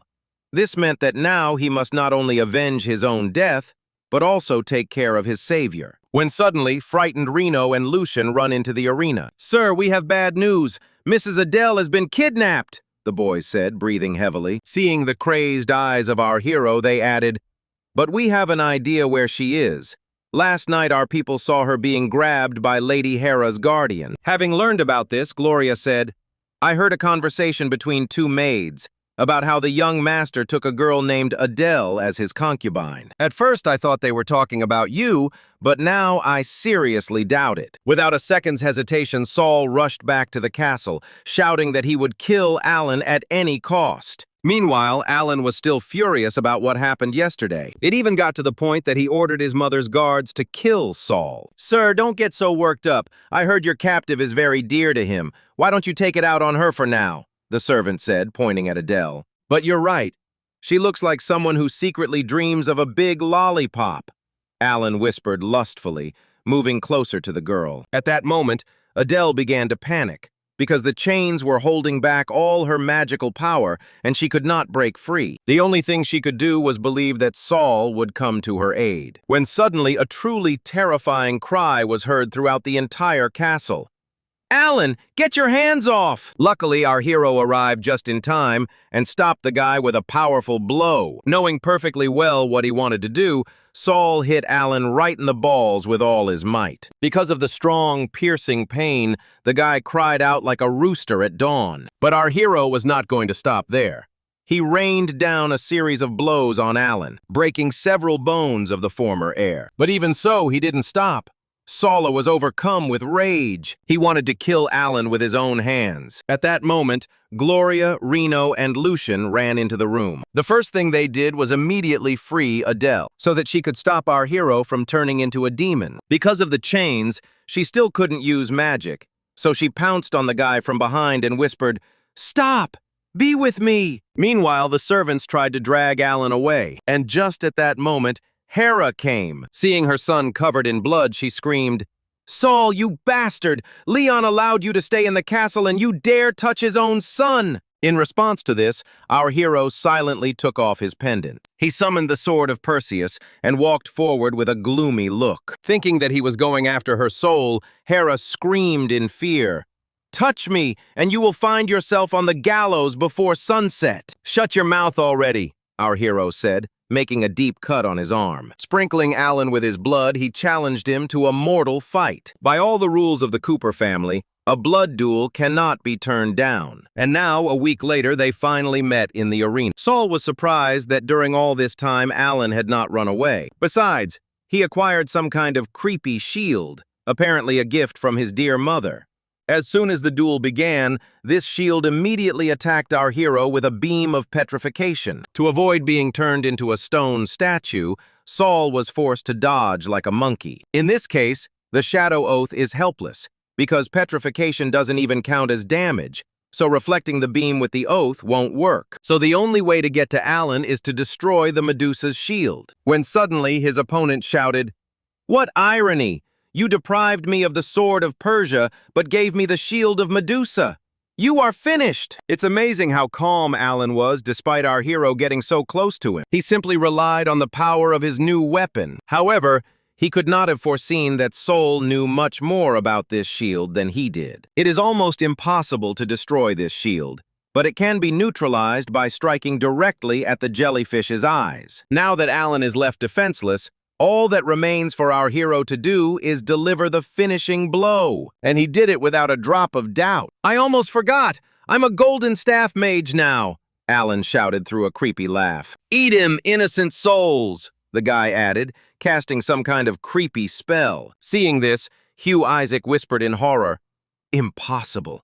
This black magic demands thousands of souls of innocent people. Duke, please calm down. This is our family secret. Show some respect, Leon replied rudely. Meanwhile, Saul, using all his means, tried to get to the guy, mercilessly cutting through the souls of the innocent. Seeing that nothing was helping, Alan screamed in fear. It was impossible to simply break through the souls without taking a single damage. In an attempt to stop our hero, the guy began to summon even more souls. And this time, Saul didn't defend himself. He just stopped and at some point was covered in black flames. Alan thought that this was the end. Victory.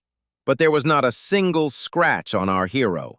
Sorry, guys, but I have to kill him, whispered Saul, cutting the guy in half. When suddenly one of the shadows that stood nearby screamed loudly, and a fountain of blood began to spurt from his chest. Hearing the terrible cry of his brother in misfortune, Saul stopped for a moment. I don't know why the shadow oath didn't work on you, but you can't resist the death staff. Death staff absorbs another person's life force and attacks the chosen target.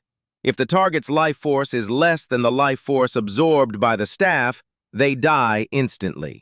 This is an incredibly terrifying form of black magic. After activating this spell, all the shadows that stood nearby were covered in a black aura and began to faint. Alan simply used his shadows as a source of power, which once again shows his attitude towards them. Saul understood perfectly well that no matter how strong he was, he would not be able to resist such a force. However, he had a small trump card. By plunging his blade into the ground, our hero activated the forbidden magic of blood pharmacy. This spell has incredible magical power, so it destroyed the death staff without any problem, after which all the shadows regained their vital energy. But it wasn't over yet. At that moment, a huge shadow covered the arena. It was a dragon that flew in at the command of our hero. Alan, enjoy your last breath, Saul whispered with a smile on his face, when suddenly the monster began to shrink, covering itself and the guy with a fiery aura. What? So it's true? Hugh whispered in surprise. What are you talking about, brother? Gloria asked, equally surprised. According to legend, if a demonic dragon is tamed, a spiritual bond can form between it and its master. Under the influence of strong emotions, the dragon can change its form and enhance all of its master's abilities. Steel armor began to appear on our hero's body, and the aura he emitted became much stronger. This is the legendary dragon armor. Seeing that Saul had merged with the dragon, Alan realized that this was his end, and there was nothing he could do about it. Thinking that this was another illusion, the guy wanted to dispel it with his dark magic. To do this, Alan used the final stage of the spell of innocent souls, summoning a colossal monster. But our hero had something to answer with.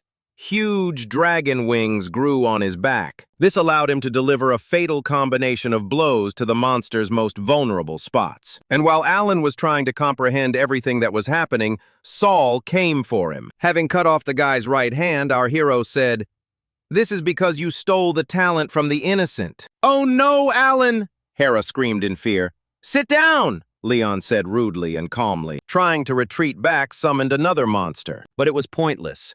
Saul could no longer be stopped. Pointing his sword at Alan, our hero whispered, "This is for all the shadows that died because of you, because of me. You finished off that one in your past life." Saul was in anticipation of the coming revenge. He has been waiting for this for many years, and here is the final step. But at the last moment, his blade was thrown aside by a steel ball. It was Hera, who couldn't watch her son be mercilessly killed. She was once a magnificent S-level, having earned the right to be the Duke's wife.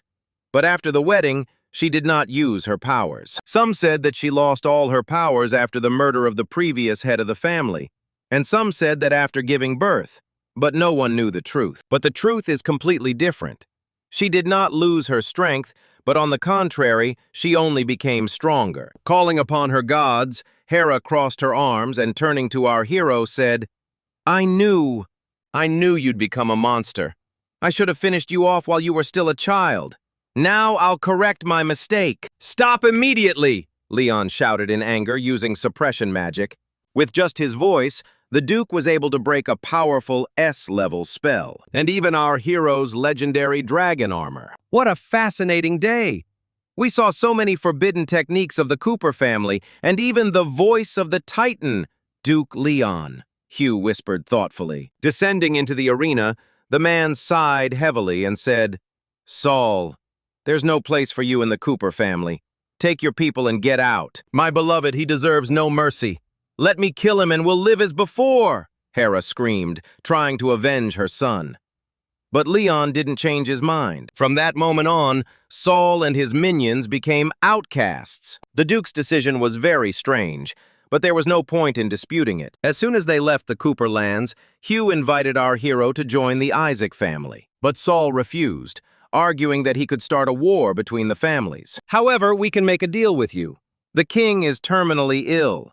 A war between the aristocrats is inevitable, but I can assure you that if I get into the Royal Academy, you'll be the first to receive the latest news from the capital, our hero added thoughtfully. You're a very calculating guy, but why should I help you? Hugh asked. For this occasion, Saul had a special trump card up his sleeve. With his talent for swordsmanship, he was determined to become the apprentice of the silent, holy blade, Chris. Nobody liked Chris because of his bad temper and constant drinking, but at the same time they tolerated and respected him for his talent and skill in sword fighting. After several days of travel, our heroes reached the outskirts of the city of Sangor. During this time, Saul persuaded Hugh to help him enter the academy. The man also warned our hero that the city was full of aristocrats and spies from different families, so he needed to be extremely careful. Hugh also made sure that Adele went with Saul as his servant. When suddenly a strange sound was heard ahead. Hey, Saul, don't be so hasty.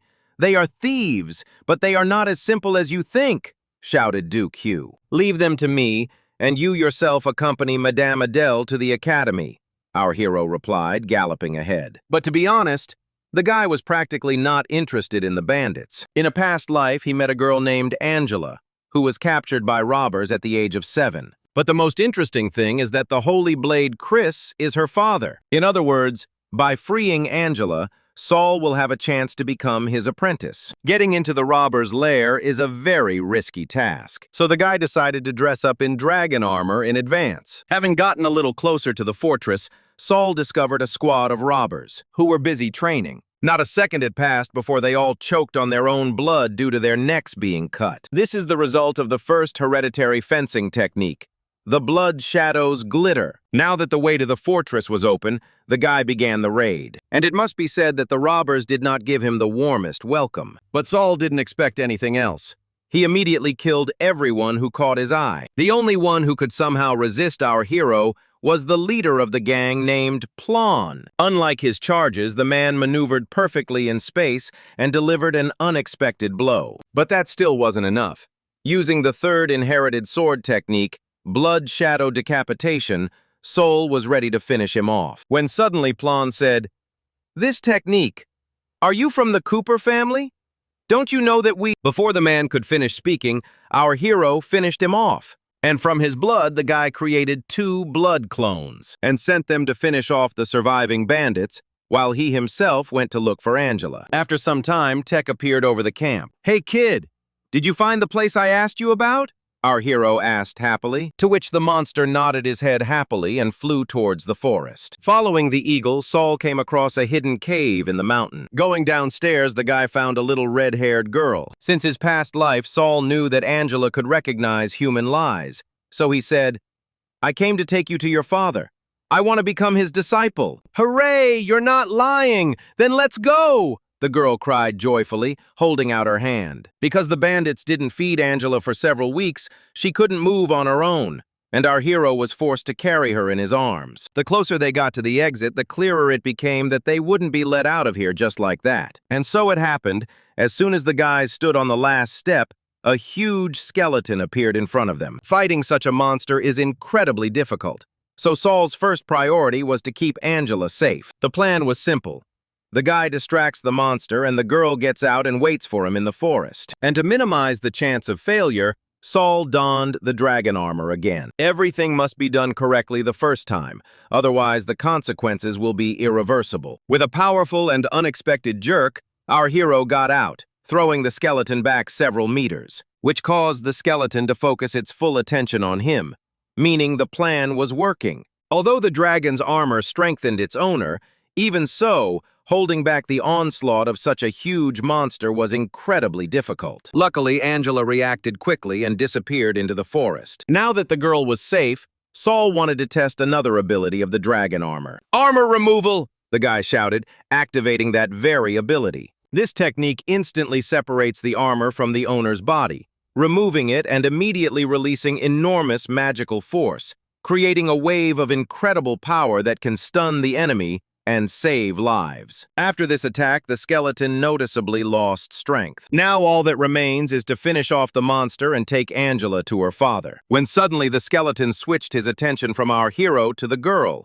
attacking her with a magic bomb. There was a huge explosion that destroyed all the trees within a radius of several hundred meters. Luckily, Tak was next to Angela and saved her from the blow in time. There was no point in fighting the skeleton any further, so Saul grabbed the girl and started running towards the city, dodging magical bombs along the way. After some time, they returned to the bandits' camp, but the gates were sealed with special magic, and to get out, they had to destroy the magic core. When suddenly Angela said, "Uncle, and this core in which you speak, can it be located together, in which no one is allowed to go?" When I was released from prison, I was only 3 months old. "Where I wasn't supposed to go, there's one of them over there," the girl added, pointing to a small structure nearby. Although the skeleton is strong, it's rather slow.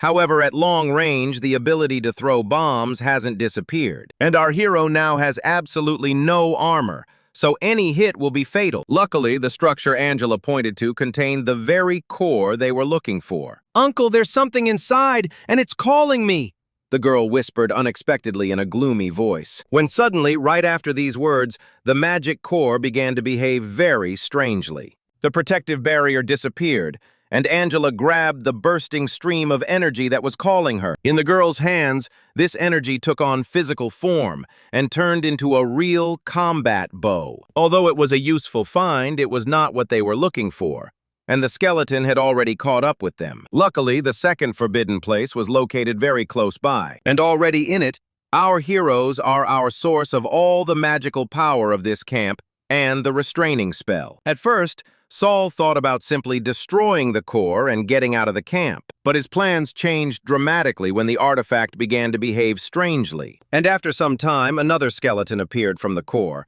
much stronger than the previous one. Seeing this, our hero cried out in surprise. "This is incredibly dangerous magic. How could ordinary robbers do this?" "Listen, Angela, my next move could drive me crazy.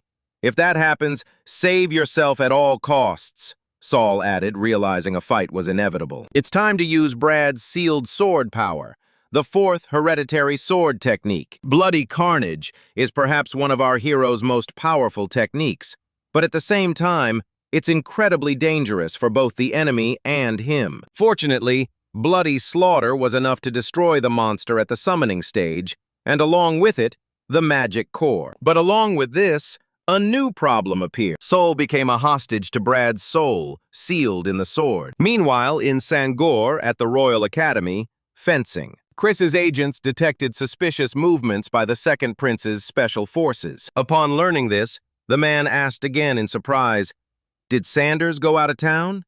Having received a positive answer, Chris immediately disappeared, ordering someone to look after his drinks, although many would consider such an attitude towards themselves to be dismissive. But in fact, his agent was glad that the gentleman would finally be doing something other than drinking. "And we are returning to the bandit camp." Unfortunately, the worst happened.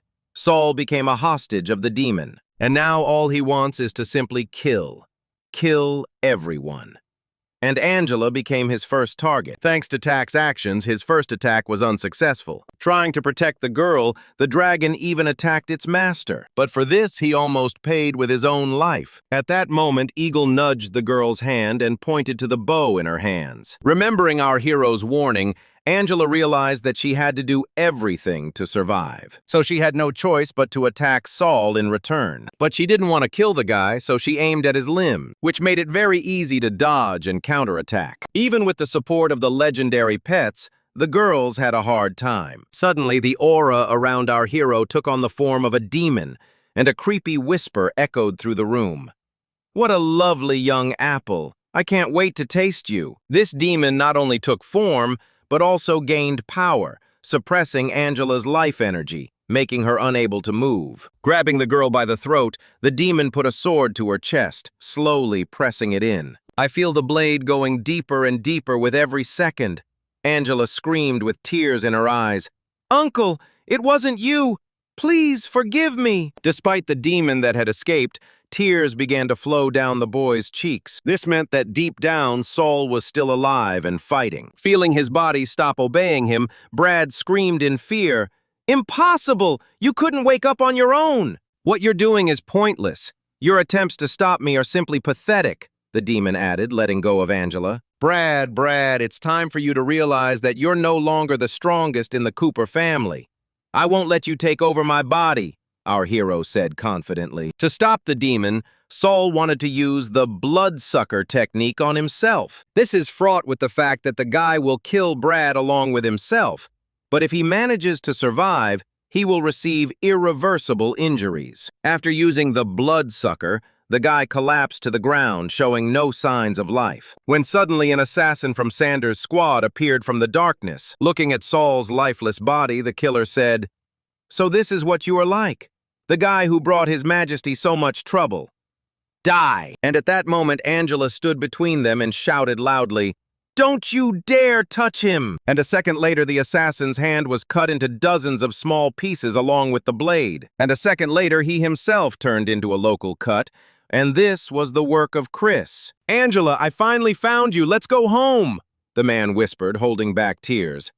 "No, Dad, we can't leave him here," the girl screamed in a squeaky voice, pointing at our hero. "Hey, kid, I can help you with the treatment if you want," Chris said with a heavy sigh. "I want so much more. After all, I risked everything to save Angela and become your heir," Saul replied with the last of his strength. "And you're such an impudent fellow. Don't forget that it was I who saved her in the end," the man added, lifting the boy by his shirt. A week later, Chris finally took our hero as his apprentice and made him his heir, and informed the entire academy about it. Because of this, the students began to learn as much as possible about the guy. Basically, leaving out a few minor details, Saul is now the most talked about student at the academy, and some people really don't like it. For example, this guy named William, who took first place in the fighting competition this year for the title of Master of the Golden Sword. "Saul Cooper, I know everything about you. You killed your own brothers and deceived Master Chris. I challenge you to a duel, where I will strip you of all this undeserved glory," William said, holding his sword to our hero's throat. At that moment, Saul felt the incredibly bloodthirsty aura of Prince Sanders, the Lord of the Bandits, and his henchmen. Something like this was quite predictable. Sanders, with William's help, under the guise of a sense of justice, wanted to deal with our hero. What makes this situation funny is the fact that exactly the same thing happened in a past life. So Saul accepted the offer. Of course, everyone present was rooting for William, because he is the strongest swordsman in the entire academy. Oddly enough, William was the first to attack, releasing his lightning magic. This is his family's special magic and fighting style. But Saul easily dodged his blow, transforming into a blood spirit. Not understanding what was happening, the boy froze in anticipation, when suddenly he heard a voice behind him. "Will, just give up. You're no match for me. You think too highly of yourself," the boy replied, using thunder waves to interrupt our hero's technique. Due to the lightning mage's special effect, Saul will be unable to use magic for some time. And knowing this, William went on the attack, using his most powerful combination of punches. Our hero knew about it because he fought with the guy in his past life, but he didn't think that he had been exposed to it back in the academy. In the future, William will become famous throughout the empire thanks to this technique. However, there was one thing the boy hadn't taken into account. Blood magic is very different from other schools of magic. During a training match, Chris limited our hero's use of his family techniques to only the second level. Using the third technique could lead to the appearance of a bloody demon, which could prove fatal for a weak body. But given that William fights at full strength, using his entire arsenal, Saul had no choice but to turn to the family's high-level techniques. Having dodged the Thunderblade, our hero activated thousands of bloody blades. With this attack, he was going to put a bold end to his duel with William. Since Saul had no intention of killing the guy, he canceled the technique at the last moment, catching his opponent off guard by placing his sword against his neck. My dear William, how I missed that expression. Ha ha ha ha ha! Our hero whispered, covered in a demonic aura. Everyone around noticed it. Let's just say the mad laughter and the desire to kill everyone is a very noticeable factor. And the more he became covered in this aura, the more insane he became. That's what happens when you don't listen to your teacher. Realizing that the situation was out of control, the students prepared for a massacre. Seeing the monster our hero had turned into, one of the students shouted, "As expected from such a freak, he must be killed immediately." And the students were actually about to do so, but William stopped them. After losing the duel, he swore allegiance to our hero. Even if Saul acted poorly, he would protect him. Suddenly, Chris intervened, knocking out our hero with one precise blow. "God, you're as problematic as I was when I was younger," the man whispered quietly. Throwing Saul over his shoulder, Chris scolded the student for not dueling a wounded man. "And the fact that you wanted to kill him is a crime.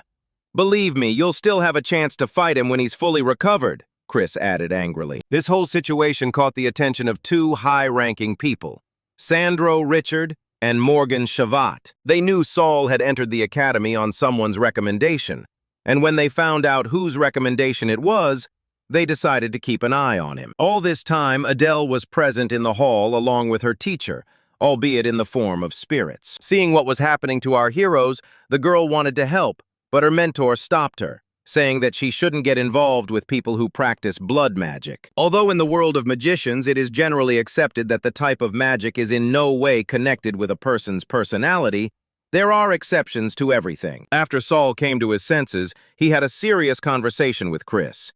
If you want to master the art of blood fencing using blood magic, you must be in perfect condition, both physically and mentally. All these 7 days, I have been working tirelessly to help your body recover. I taught you how to use the power of your own blood to strengthen your body and skills. And this is how you thank me?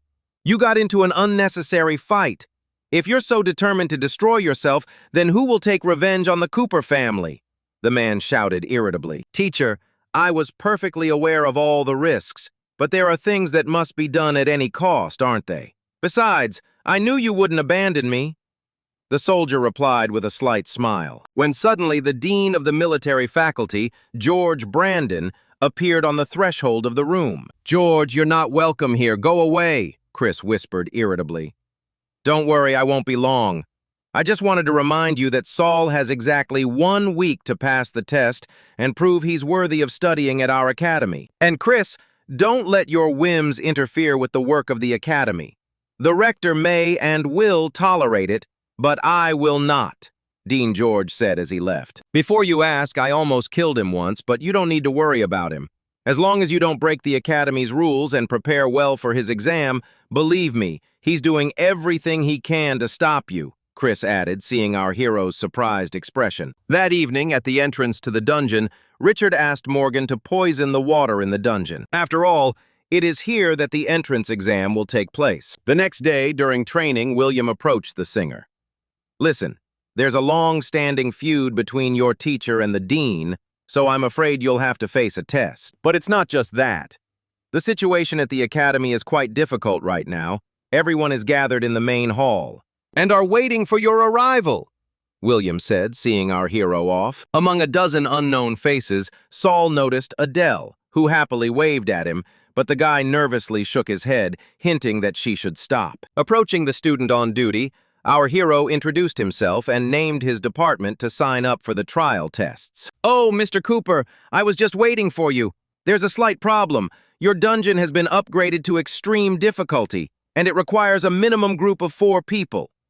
Philip replied with a slight smile. Unfortunately, we can only fix this error within a week, and according to the Academy rules, you have 3 days left. You have 2 options. Either find your own team of volunteers or simply leave the Academy, Philip added with a sly smile on his face. What an interesting coincidence. Do you really think I can't find a team for myself? The singer asked arrogantly. Personally, I don't care. I just doubt anyone would want to work with you. And even more so, to become your pet like Oo will, Philip replied indifferently.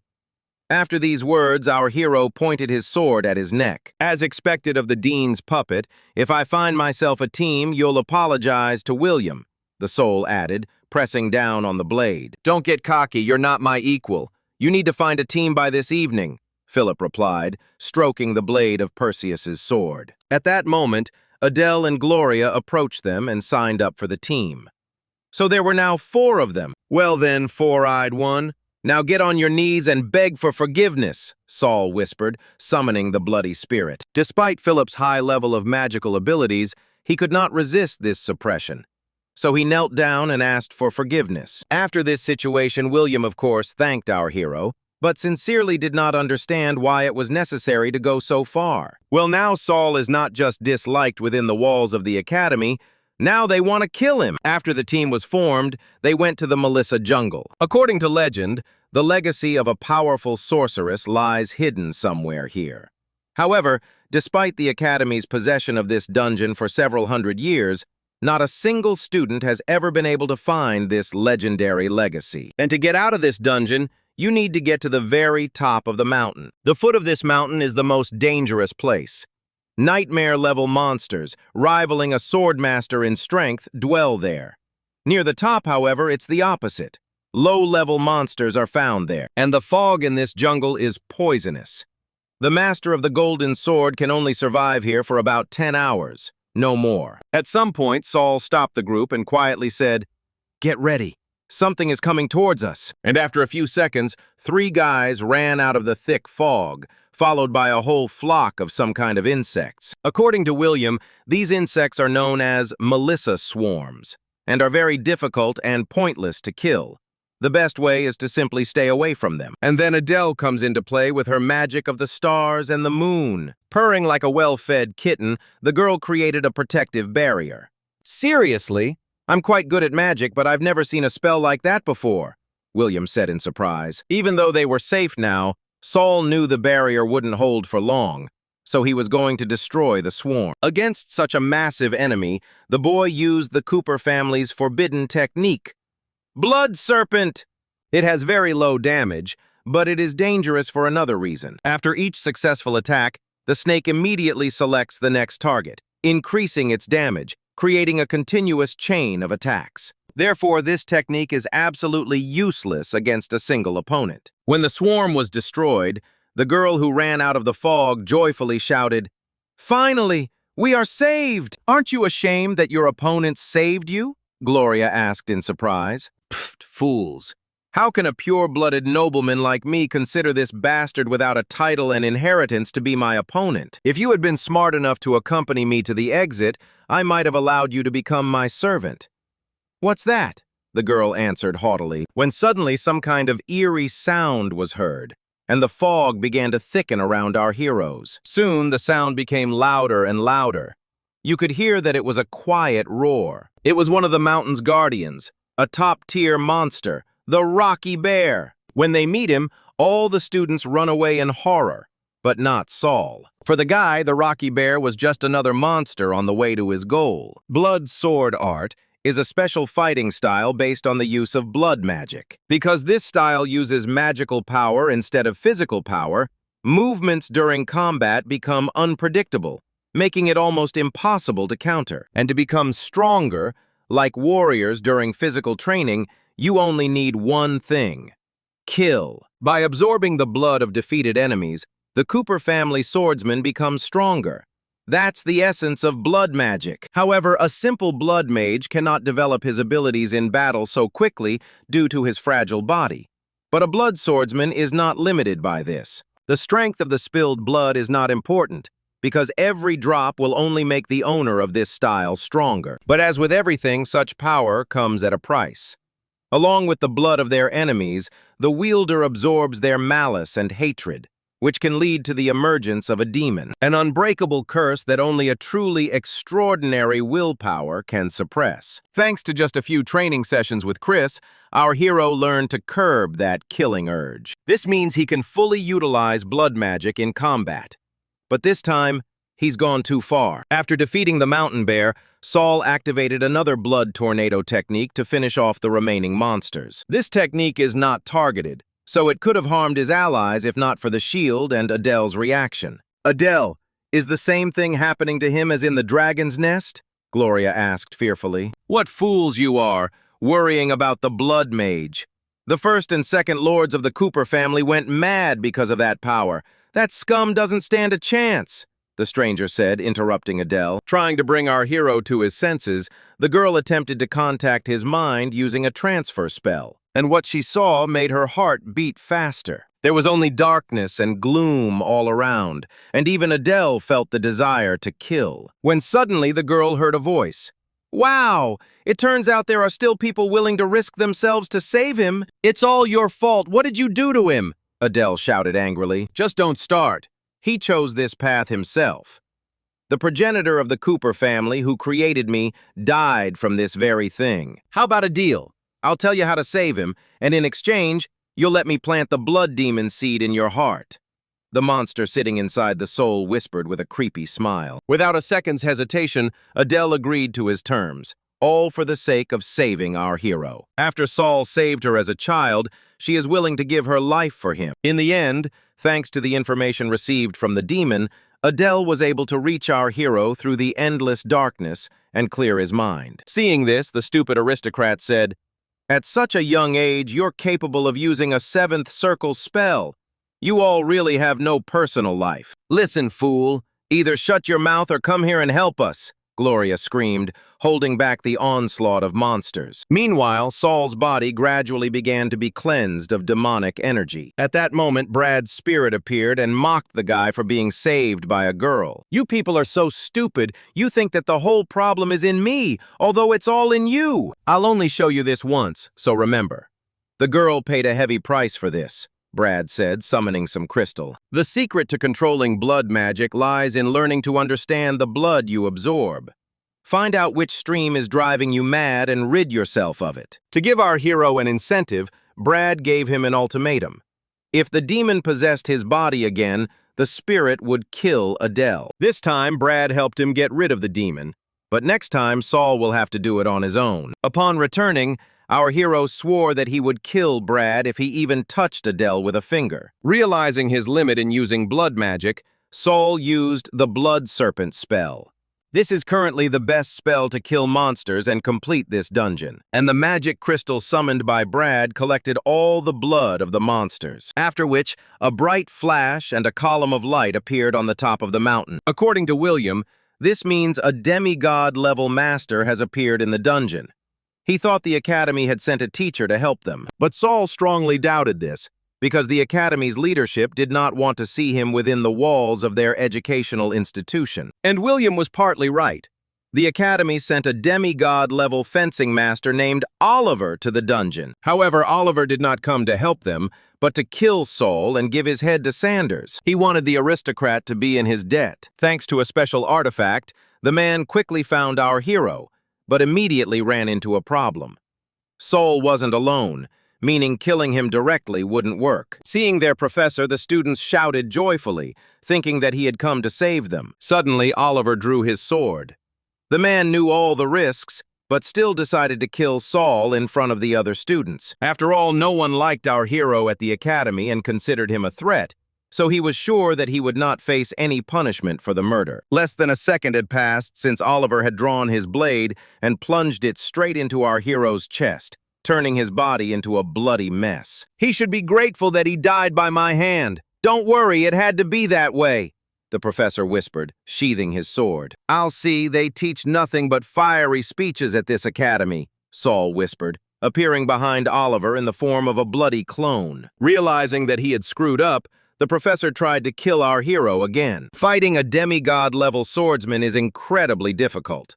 However, Saul noticed something. Using advanced blood magic, he could see the blood flow in a man's body and predict all his actions. When suddenly Adele purred again, and a magical shield appeared around our hero, throwing Oliver back. Taking advantage of the moment, William attacked the professor from behind, and it must be said that such coordinated work of our heroes took Oliver by surprise. Killing our hero turned out to be much more difficult than the man expected, and William was fighting with all his might, so he had to use his battle magic to achieve his goal. Having lowered his sword into the lake, Oliver whispered something, after which light tremors appeared. And after some time, several fierce water dragons rose from the bottom of the lake. Even though these monsters could kill students, the professor believed that any losses were not important as long as the goal was achieved. While fighting off the dragons, the boys finally realized that Oliver had come not to help them, but to kill them. Because of this, one of the guys fell to his knees in horror and screamed, "I don't want to die! I haven't had time to live yet!" Well, seeing his friends fighting, he took out his sword and rushed to help them. But let's be honest, ordinary students don't stand a chance against the legendary five-headed serpent. She is the only hope for Saul and William. Only the guys have enough strength to defeat him. The biggest problem is that this monster is capable of using 4 basic elements at the same time. While Gloria rushed to help the boys, Adele created a barrier to protect the students who had gathered around them. After several unsuccessful attacks, our hero shouted, "William, give me the crystal!" Nervously, the boy replied, "Captain, but what about your tests?" "If we die here, it won't matter anymore," answered Saul. Having scattered the blood crystals, our hero asked William to distract the monster's attention and buy some time. At his current level of strength, the guy is capable of holding off the onslaught of 2 heads at once, but against 4, he has little chance. After about 3 seconds, the monster broke through William's defense and threw him back. Now our hero is left alone with this legendary snake, when suddenly William ran out of the forest, completely wounded, and rushed towards the monster. Having suffered another failure, William, coughing up blood, shouted, "Saul, how much more time do you need?" "Hold on for at least a couple more seconds," our hero shouted, preparing to fight off the attack. But then Gloria intervened, and with her dance of blades, destroyed the snake's elemental rays. Due to this strong attack, she used up all her remaining strength and lost consciousness. Falling to the ground, the girl landed in a soft lake of blood. Saul finally finished creating the Blood Titan. While saving the girl, he focused on destroying the serpent.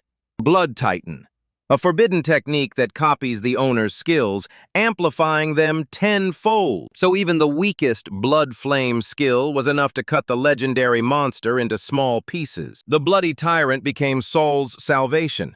He didn't have to use powerful blood magic techniques, so the demon couldn't possess his soul. When suddenly a guy named Lewis shouted, "You are a demon who uses blood magic!" "A bastard who betrayed his family. A villain willing to kill his comrades," Lewis added, dragging his sword along the ground. Having approached our hero as close as possible, the guy swung his sword and thrust it into the ground with all his might. Lewis knelt and whispered, "Saul, if it weren't for your help, my friends and I would be dead now. Please accept my sincere apologies. We believed the rumors about you." And following the guy, the rest of the students also bowed their knees. When suddenly the aristocrat shouted, "Look up! What's that there?" Raising their heads, the boys saw a huge horde of beetles, which I was about to finish. Trying to figure out where they came from, Saul activated his blood vision and saw where their source was coming from. "Adele, protect the people and leave them to me," our hero concluded, activating the Crimson Flash. Attacking the insect swarm while there was a source was pointless. That's why Saul wanted to deal with him first and foremost. At the bottom of the lake, there was a small heart, tainted with a black magic spell. This explained a lot. The so-called Melissa Swarm was nothing more than a simple tool for collecting life force to resurrect the sorceress. I don't doubt it for a second. The guy just cut this heart into pieces, after which the students' vital forces returned and the poisonous fog disappeared. By destroying the heart, Soul opened a portal leading back to the human world. Meanwhile, Professor Oliver was waiting for them at the exit. He wanted to keep what had happened a secret so as not to disrupt the king's plans. When the portal from the dungeon opened, the professor whispered in surprise, "So someone managed to survive after all? Never mind, I'll kill them too. Having waited for our hero, the guys were going to leave this dungeon as quickly as possible. Approaching Adele, Saul pulled out a small vial made of crystal and asked, "What can you tell me about this?" After examining the vial, the girl replied, "Such vials are very rare. They usually contain a powerful poison. I'll ask the teacher about this when I return to the academy." "Soul, I have bad news. The monster only dropped one crystal, so you couldn't pass the test. And we don't have any more time to stay here," William said, looking upset as he approached our hero. "Sorry for eavesdropping, but take my crystals. You need them much more than I do," Lewis said, holding out a small bag. And after him, the rest of the guys wanted to give up their crystals too. Having sorted things out completely, the students headed back to the academy. And as soon as Soul crossed the threshold of the academy, Oliver immediately attacked him. The guy miraculously managed to escape death. "Don't panic, we're coming to help!" the girls cried out upon seeing the professor. Having partially activated the dragon armor, the guy gained wings and flew up, making it harder for Oliver to attack him. However, for demigod-level swordsmen, this was a small problem. The battle took place at incredible speeds, making it almost impossible to follow their movements. At some point, the crystal bottle fell out of our hero's pocket. At some point, Dean George appeared between Oliver and Soul and ordered them to stop immediately. "Professor, what's going on here? And what are you doing here anyway?" the dean asked Oliver gloomily. "Good question, Dean, but what are you doing here?" Oliver replied haughtily. "I'm here to eliminate the man who poisoned the dungeons," George added. "This is a personal order from the rector of the academy. So, Oliver, if I were you, I would control my speech," the dean whispered, unrolling the magic scroll. The principle of this scroll is very simple. It reacts to the smell of poison, so it's no wonder he pointed to the crystal bubble that Saul found at the bottom of the lake. And seeing that this bottle fell out of our hero's pocket, Lewis and all the students began to think that it was his doing. Watching the children rush from side to side, George thought, "Pathetic outcasts. How easy it is for you to manipulate." Approaching our hero, the man added, "Mr. Cooper, what do you have to say in your defense?" Smiling, Saul replied, "It's funny how easy it is to find a way to blame someone you don't like." Our hero didn't have time to finish speaking, as George grabbed him by the throat and with wild eyes began to strangle him. According to the rules of the academy, a teacher can kill anyone who attacks him within the walls of the educational institution. George shouted, drawing his sword. But at the last moment, someone blocked the man's blade. Turning around, the dean saw Chris emerge from the portal together with the rector. "Mr. Owen, look, I found this bottle at Saul Cooper's," George said, trying to justify himself. "Mr. Dean, just because you found the scroll doesn't give you the right to kill the boy.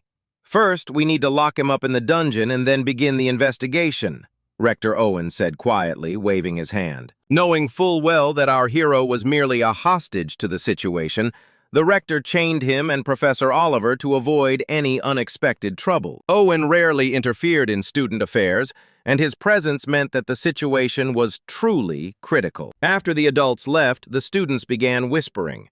Some thought Saul was to blame, while others thought he'd been set up. The dungeon of the Capital Academy. Chris conducted his own little investigation and came to our hero to share some information. The poison contained in the vial was the royal family's special weapon against blood mages. The man also managed to find out that this particular bottle belonged to Prince Sandro. After listening to Chris, Oliver said with a smile on his face, "You're unlucky, boy. Your mentor is the main guard of the royal family, so you can forget about revenge, or you will go at the hands of the teacher." Hearing the man's tone, Saul approached him and asked, "Why are you so devoted to the king? You're even willing to give your life for him." "Believe me, I know what I'm asking about. I used to be blindly loyal to my family too. Are you really content with living as a disposable? Your death means nothing to you, but think of your loved ones. If you confess to the director, I'll help you free yourself from the prince's influence," our hero added. "Shut your mouth, you're nothing but a bastard. You know nothing of honor and loyalty," Oliver shouted angrily. That was the end of their conversation. However, exactly at midnight, a hooded stranger descended into the dungeon and addressed the professor. "Oliver, His Highness has arranged a duel between you and this scum in the Colosseum. This is your last chance. However, if the man fails, he will have to kill himself by drinking a vial of poison." And looking at this green bottle, Oliver thought about our hero's words about him being just a pawn in the king's hands. Moreover, during their conversation, the man felt that Saul really knew what he was talking about. In any case, it will not be possible to avoid a duel. Entering the arena and hearing the enthusiastic cries of the audience, he only became convinced of our hero's words. The duel will be held according to the Academy's long-standing traditions. Two warriors will clash under the beast's attack. Whether it's killing your opponent or defeating the beast together, the brave ones who remain alive will receive a reward and congratulations from Prince Sanders. Being a very, very good swordsman, Oliver managed to study our heroes' bloody techniques and understood their vulnerabilities. So without the slightest doubt, I was the first to go on the attack. But from the very first seconds, everything went wrong. Saul not only dodged his blow, he also successfully counterattacked. Sensing the greatest threat in our hero, the monster decided to attack him. But the guy ignored this and concentrated all his efforts on the professor. Watching their duel, Prince Sanders did not understand one thing: why Oliver had not yet used the poison potion. He called his cook, who was Oliver's mother, to him and whispered something. Seeing this, the professor realized that if he failed, his mother would be killed. Then he plucked up his courage and drank the potion that was brought to him in the dungeon. Initially, it was intended as a poison, but soon one interesting property was discovered. Before killing a person, this potion would reveal his full potential and remove the natural limitations of the body. Charging forward with wild eyes, Oliver screamed, "Please die for my mother!" Clashing swords, the man added in a whisper, "Please, thank my mother from the hands of the second prince. In return, I will help you finish off the beast." Not understanding what was happening, Saul replied, "What are you going to do?" With a powerful blow, Oliver threw our hero straight into the clutches of the monster and screamed, "Only if I die will Mom be able to see tomorrow." With each passing second, the situation became more and more unpredictable.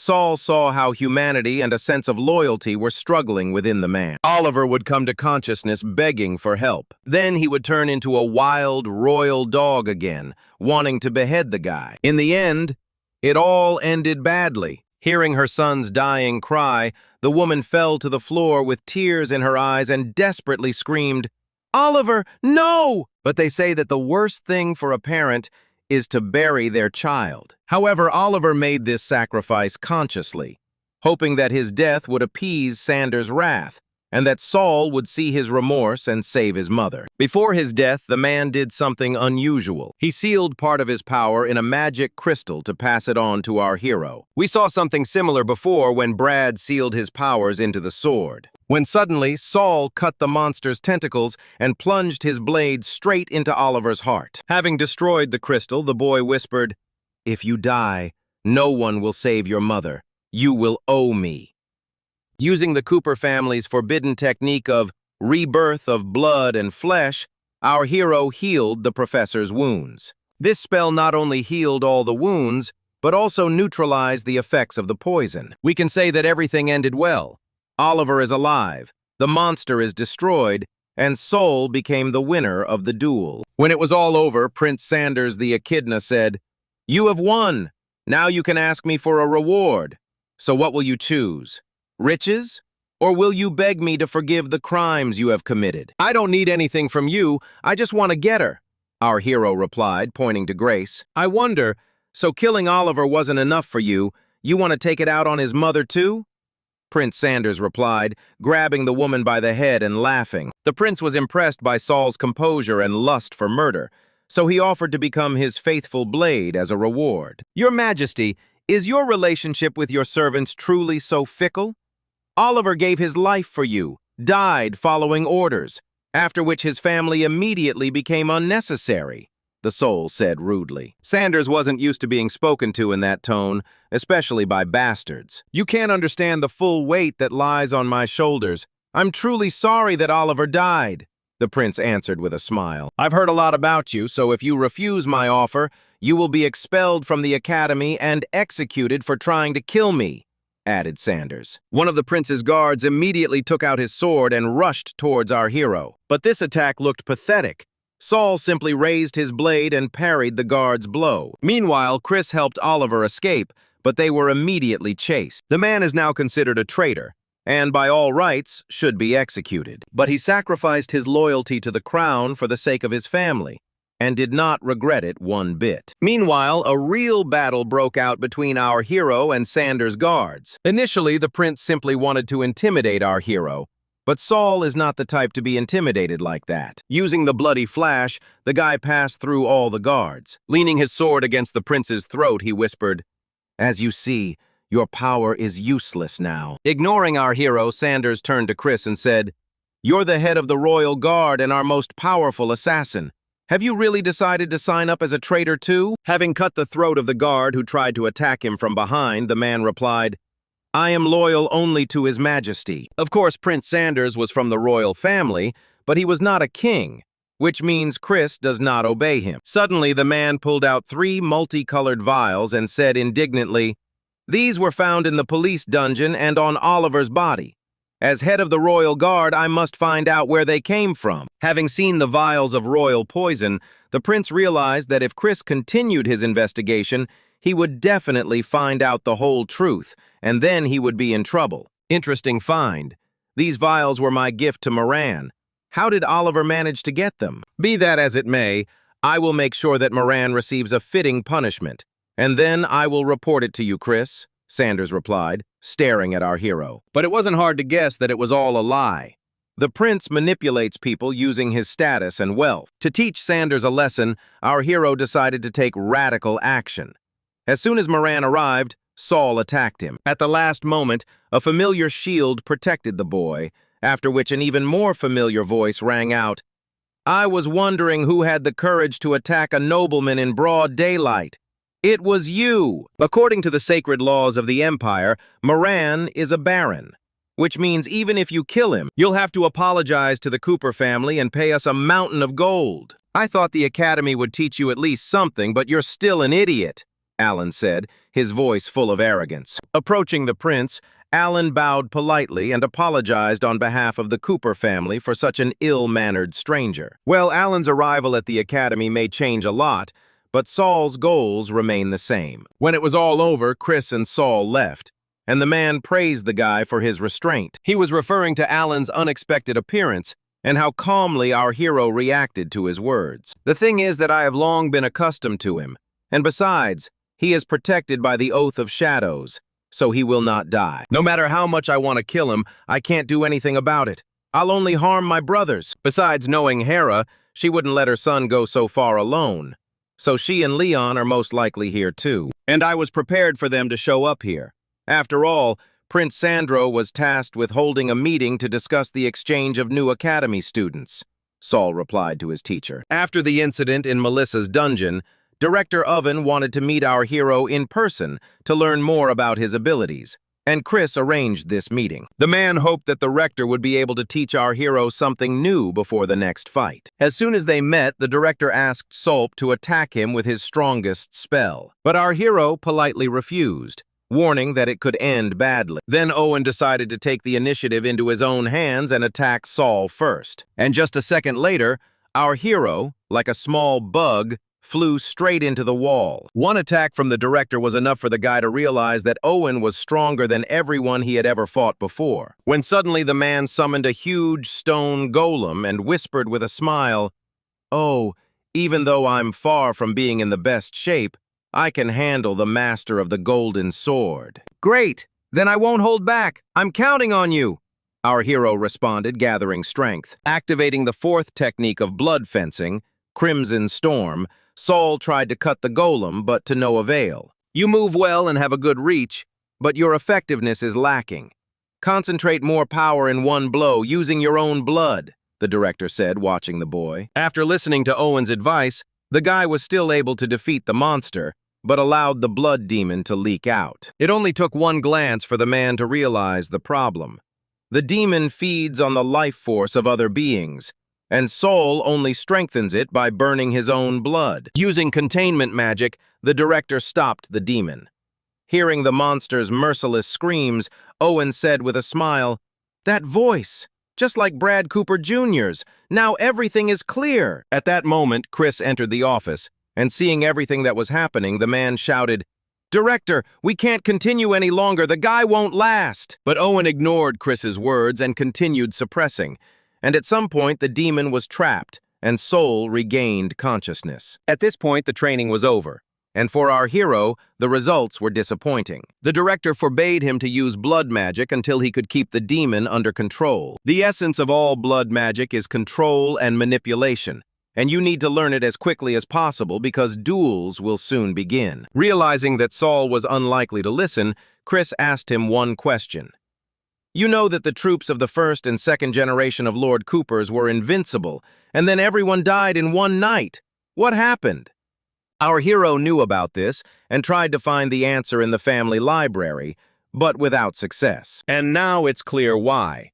The Lord succumbed to the demon's influence and killed every single one of them. And Saul can repeat their fate by killing all his friends. This is why learning to control your inner demon is so necessary. Our hero has incredibly difficult training ahead, and Chris wanted as few people as possible to know about it. But with the start of the student exchange, the academy is full of spies from different families. Director Owen developed a special training plan specifically for blood mages. It was originally intended for Brad Cooper, but now Saul is doing his plan. And all this time, our hero was being watched by a raven spy. And this bird belonged to the heiress of the Forest family, Luna Forest. The girl realized that she had been spotted, and that what she had seen was just a deception. Her main purpose in arriving in the capital was to assassinate Saul. A few days later, the exchange student transfer meeting began. It is an annual event where the strongest students compete against each other to exchange experiences. But the main purpose of this event is a meeting of the heads of the most influential families and people in the empire. But Sandro still remains the main star. The winner of the tournament will receive the right to study at the best academy and any desire. The competition is divided into two parts: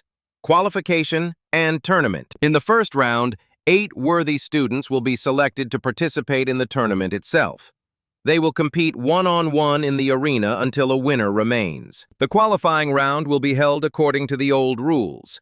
8 participants who can cut off the Hydra's head and hold it until the end of the battle will qualify for the tournament. It sounds very simple, but in fact it is incredibly dangerous. Deadly dangerous. Only a few seconds had passed since the gates had opened, and the first head of the Hydra had already flown off its shoulders. And this was done by Luna Forest, who, even at such a young age, already has the appearance of a raven and is able to create magical arrows. Until this time, few people knew about her. But the fact that she has S-level talent is undeniable. But cutting off the Hydra's head is not enough. You must preserve it until the end of the trial, and only then will you gain the right to participate in the tournament. Anyway, someone stole the girl's severed Hydra head. This daredevil turned out to be another promising newcomer, Saladin Delanco, the heir to the Delanco family. That the Forest family and the Delancos are part of the Great Seven. I wonder who will be stronger, the Masters of the Forest or the Conquerors of the Storm. To Luna's surprise, her magical feathers didn't leave a single scratch on Saladin. But this is not surprising because his family is famous for its incredibly powerful defense. However, these two are not the only ones who have something to show. While all attention was focused on Luna and Saladin, Gloria quietly, without unnecessary pathos, chopped off one of the Hydra's heads. Her strength and behavior explained why the Isaac family was considered the right hand of the emperor himself. In addition to those from great families, ordinary people such as William and Adele also took part in the competition. And let's be honest, their chances of success are extremely slim. If it weren't for Saul, the guys would have died almost immediately. It took the guy literally one blow to cut off the Hydra's head and protect Adele. Moreover, William turned out to be much more capable than expected. He was able to get the head himself. To be completely successful, they needed one more head, and then they would all advance to the next stage. Besides, the monster was severely weakened, and Saul saw this as a perfect opportunity. In nature, these monsters are incredibly dangerous and hide a worthy reward, and our hero wanted to take it. Even though he can't use blood magic, the Academy made sure the monster was as weak as possible, so the sword should be enough. In this state, the only threat is the Hydra's fire techniques. But I use my wits and strength.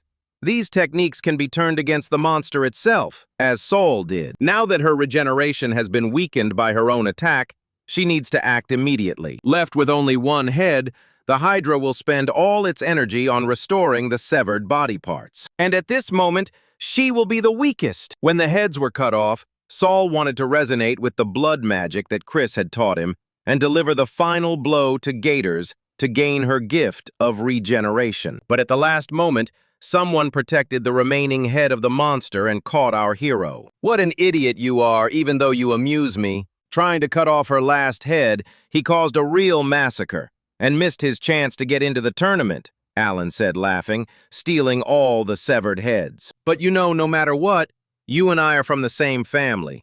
So if you get on your knees and start begging, I'll share with you, the guy added sarcastically. And after these words, you call me an idiot?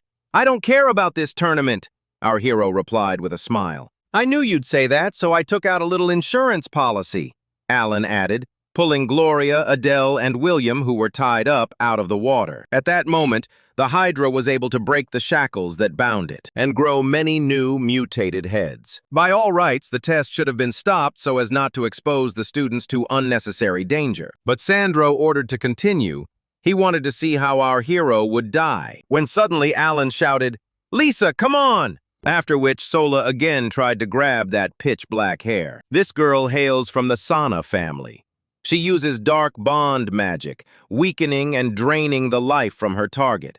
Fighting her directly is a waste of energy. With its help, Alan wanted to cut off the last head of the Hydra and gain its ability to regenerate. But Saul's intervention prevented him. While Alan hid behind Lisa, our hero single-handedly confronted the full ferocity of the Hydra. And the guy saw this as a fantastic opportunity to finish off the monster and our hero at the same time. During the fight, Lisa was able to absorb quite a lot of the Hydra's spiritual energy. And now she has recreated this power in the form of beasts of black flame. Taking advantage of the opportunity, Saul retreated, realizing that such impudence would only anger the monster even more. Knowing about one interesting feature of the Hydra, our hero wanted to finish off Alan as quickly as possible. And seeing this, Lisa created even more beasts, directing them at Saul. However, the guy simply chopped them into small pieces. Last time your dad saved you, but this time I'll definitely kill you, our hero shouted, approaching the Alan. But that bastard used the damage redirection technique again, so only Lisa was harmed. However, this attack was not in vain, as the girl was close to death, and Saul's friends were able to escape. William, get out of here immediately and take her, our hero shouted, pointing towards Lisa. Despite the fact that they wanted to save her, the girl bit and tried to get out with all her might. And by this time, the first stage was over, and they began to announce the results. And Lisa was still desperately biting, trying to get out, when suddenly William said, "Listen, you won't change anything anyway. And besides, is such a freak worth such a beauty like you risking your life?" After these words, Lisa finally calmed down, and William became a hero in her eyes. Plus, by the end of the first stage, she had one of the Hydra's heads, so she qualified for the tournament. Upon hearing that Lisa had become the 7th participant in the second stage, Alan became furious. "Hey, she's not the one you should be thinking about right now," Soul shouted, pushing through the Hydra's heads. "Listen. How much longer can you keep repeating the same thing? When will you finally understand that you can't kill me? And besides, I'll be the last, the 8th participant," Alan replied, tossing the Hydra's head. "How long do you think your friends will last?" the guy added through a creepy laugh. And in response, Saul swung his sword several times and chopped off 10 heads at once. And finally, he plunged his sword into the skull of the last head, finishing off the Hydra and gaining the opportunity to take its gift. Chris told our hero about this opportunity. Only blood magic can do this. When the monster's blood mixes with the owner's life force, a shared bond is formed between them. At this moment, a person can synchronize the blood flow and not only subjugate the will of the monster, but also take possession of its special abilities. When suddenly Alan's arm, which Saul had cut off as a child, fell off. This is one of the capabilities of a new power called erosion.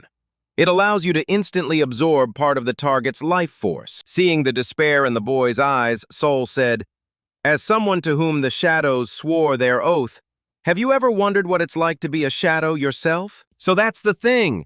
Do you think this kind of revenge will work? All the pain you cause me will be transferred to my shadows." Alan replied in a trembling voice. It's a good thing Mom didn't explain to you how this oath works. All the damage you take from your master can't be transferred to other shadows. After receiving Hydra regeneration, weak attacks won't just do me any harm. I won't even feel them. Unlike you, he added with a wild look, after which he inflicted thousands of small cuts on Alan so that he would feel all the pain that his shadows felt. It got to the point where Alan begged for death, but Saul left him alive so that he could continue to live in despair and fear. And yes, our hero got his stolen head back, so he became the last 8th participant. Everything that happened forced those around him to take Sulu seriously. Looking at Saladin, the boy remembered him. After all, he was the first in the Delenko family to rise in rank and master the forbidden dragon control technique. And Sandro, knowing about this, put Saladin against Sola at tomorrow's tournament. Now is the perfect time to fight him. After all, if our hero wants to emerge victorious from the tournament, it's best to deal with the strongest first. Saladin has not only good defense, but also amazing speed and destructive attack power. So blocking his attacks is useless. He will break through the defense with one blow. So Saul chose a different strategy, simply dodging. After another failed attack by Saladin, our hero stepped on his axe and said, "The Delenko house has been known since ancient times as warriors of the sea storm. So you're pirates?" Unable to bear such words towards his family, the guy went berserk and attacked Saul with his bare nails. And our hero didn't even try to dodge this attack. He wanted to see what Saladin was capable of without weapons. But the heir quickly realized that they were trying to throw him off balance, so he began to better control his emotions. Taking advantage of the moment, Saul tried to attack the guy, but to no avail. His defense is so strong that even the combination of erosion and blood spikes did not damage him. Realizing that he couldn't win in a head-on fight, our hero continued to insult the guy's family, trying to throw him off balance so that he would make a mistake. And luckily, this plan worked perfectly. Using a forbidden technique from the Cooper family, Saul immobilized Saladin, casting a blood subjugation spell on him.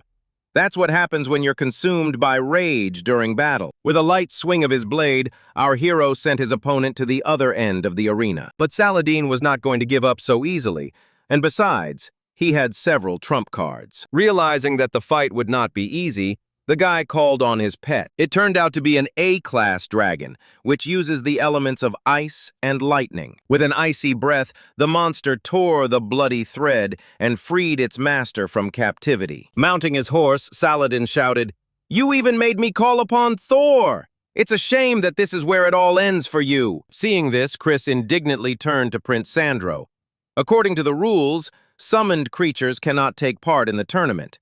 This is unfair to Sol. Speaking on behalf of His Majesty, I agree with you, but Saladin is an exception since he's a dragon rider. But to be fair, Cooper can use the summoning too, Moran replied. Meanwhile, our hero was in a very difficult position. He was expending a lot of energy fending off Thor's attacks, and this could end badly for him if he doesn't quickly figure out how to close the distance. Seeing that Saladin was going to use the power of natural lightning for his next attack, Prince Sanders turned to the head of the Delenko family, praising his heir. Saladin is considered a genius in his family for a reason.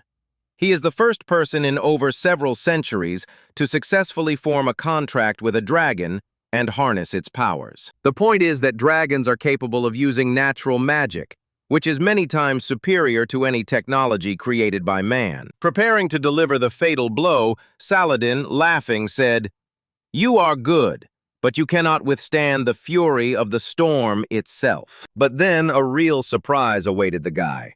Saul summoned his dragon, who surpasses Thor in everything. Our hero's dragon is from an endangered species, the demonic dragons. Demonic dragons are considered the strongest of all existing species, and what makes them so is their ability to absorb any natural magic. But the most amazing thing is that they not only absorb this magic, but can also reproduce it. For Saladin, as the greatest dragon rider, the appearance of the demonic dragon was a shock, which is why he began to rapidly lose. When suddenly our hero's dragon struck him with a small electric shock. But instead of pain, Saul felt something inexplicable. It was a dragon's ability that allowed its master to teleport short distances, and our hero did not hesitate to use this power and catch his enemy off guard. The combined attack of the dragon and Saul reduced Saladin to a charred piece of a man. When it was all over, our hero said, "You are a good fighter, but you are no match for me." With that, the first match of the tournament ended, and for the first time in his life, Saul felt the rays of glory. But then the head of the Delanco family entered the arena, accusing our hero of theft, taking his son's battle axes. The man threw them at the demon dragon Saul and shouted, "Come back! The demon dragon belongs to me!" "What are you saying? You want my dragon? You shameless old man!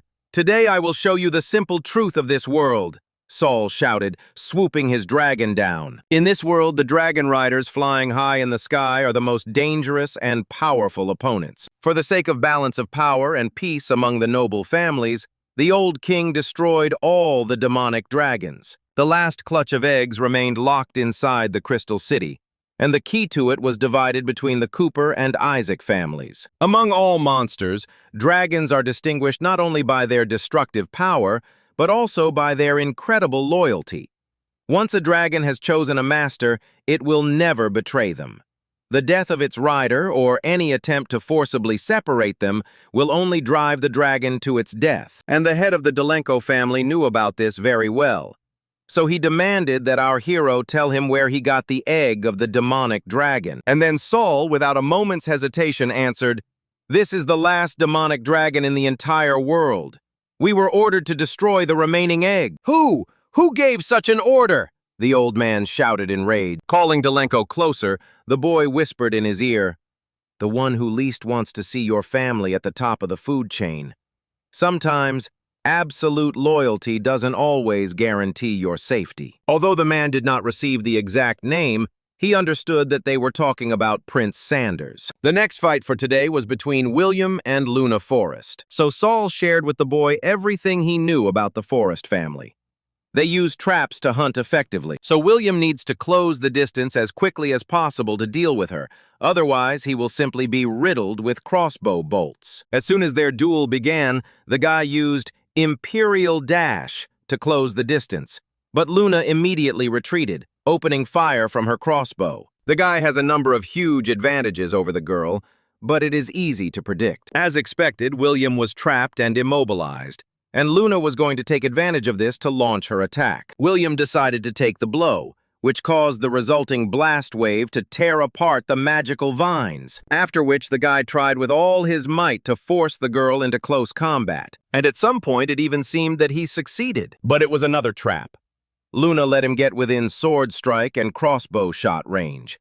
Fortunately, William's fencing skill was quite good, so he was able to block in time. The longer their fight went on, the clearer it became that William was in big trouble if he didn't finish this as quickly as possible. Gathering all his remaining strength, the guy launched into a powerful attack, the lightning guillotine. The speed and power of this attack was comparable to the golden sword swordsman, so Luna had little chance. However, when the smoke cleared, instead of the girl, William saw a huge, empty crater. When suddenly Luna appeared right behind him, putting a blade to his neck, she whispered, "Just fencing. Nothing more. I'm disappointed." Unfortunately, the guy fell into another trap from which he has no chance of escaping. But how could he screw up so badly? If you remember the girl's first trap, you can understand that her vine was not for shackles, and for spraying hallucinogenic poison. As soon as William tore apart his drooping vines, the spores of these mushrooms began to spread into the air around him. During his attack, given the resulting explosion, the guy managed to inhale it and fall under its influence. This is the core strength of the Forrest family. Unfortunately, William lost this duel, and to humiliate her opponent even more, Luna knocked him out. Seeing what was happening, Saul wanted to intervene and help William, but Lisa got ahead of him, catching the guy's body before it hit the ground. Seeing her worried look, our hero realized that the girl had a crush on William. Adele, Lisa, and Saul all agreed that Luna had acted too cruelly without any reason. Moreover, no matter how hard Adele tried, she could not remove the poison from the guy's body. And then our hero had an idea. Lisa had to hit William with black magic to awaken his consciousness, and luckily it worked perfectly. Coming to, the boy whispered in a trembling voice, "Thank you, Lisa." After these words, the girl turned completely red and ran away, when suddenly Adele said something. My magic clashed with Lisa's, and I was able to see part of her memories. She couldn't protect Alan, and yet she saved you. I don't think Hera will let this go. However, Saul believed otherwise. Lisa was a participant in the tournament, and attacking a challenger could be considered a crime. But unfortunately, our hero was wrong. Hera grabbed Lisa, locked her in a dark basement, and beat her. The Sana clan, famous for its black magic, annually gathered orphaned street children from all over the world to bring them to the dark temple of their family. The clan's black magic feeds on the deepest human suffering. By systematically destroying their psychological resilience, the clan burns their humanity to the ground. And according to the laws of San, only those who were able to kill the human being within themselves are worthy of life. And you, the few who were able to survive the initiation ceremony of Sana, become a ruthless instrument of death. And Lisa was one of the clan's most outstanding students in a long time, which is why Hera took her. According to the agreement concluded with the head of the Sana clan, Hera is Lisa's mistress, which means that the girl's body and soul belong to her. And since Lisa was unable to protect her dear son, which is why he lost his arm, Hera decided to take the girl's arm away. Being completely broken, she didn't even intend to resist. Remembering everything she had been taught as a child, Lisa bowed before the woman and asked for forgiveness. But then a piercing whistle was heard and a cry, "Take your hands off her!" And a moment later, Perseus's sword knocked the whip out of Hera's hands. Having knocked down the doors, Saul, trying to contain his emotions, shouted,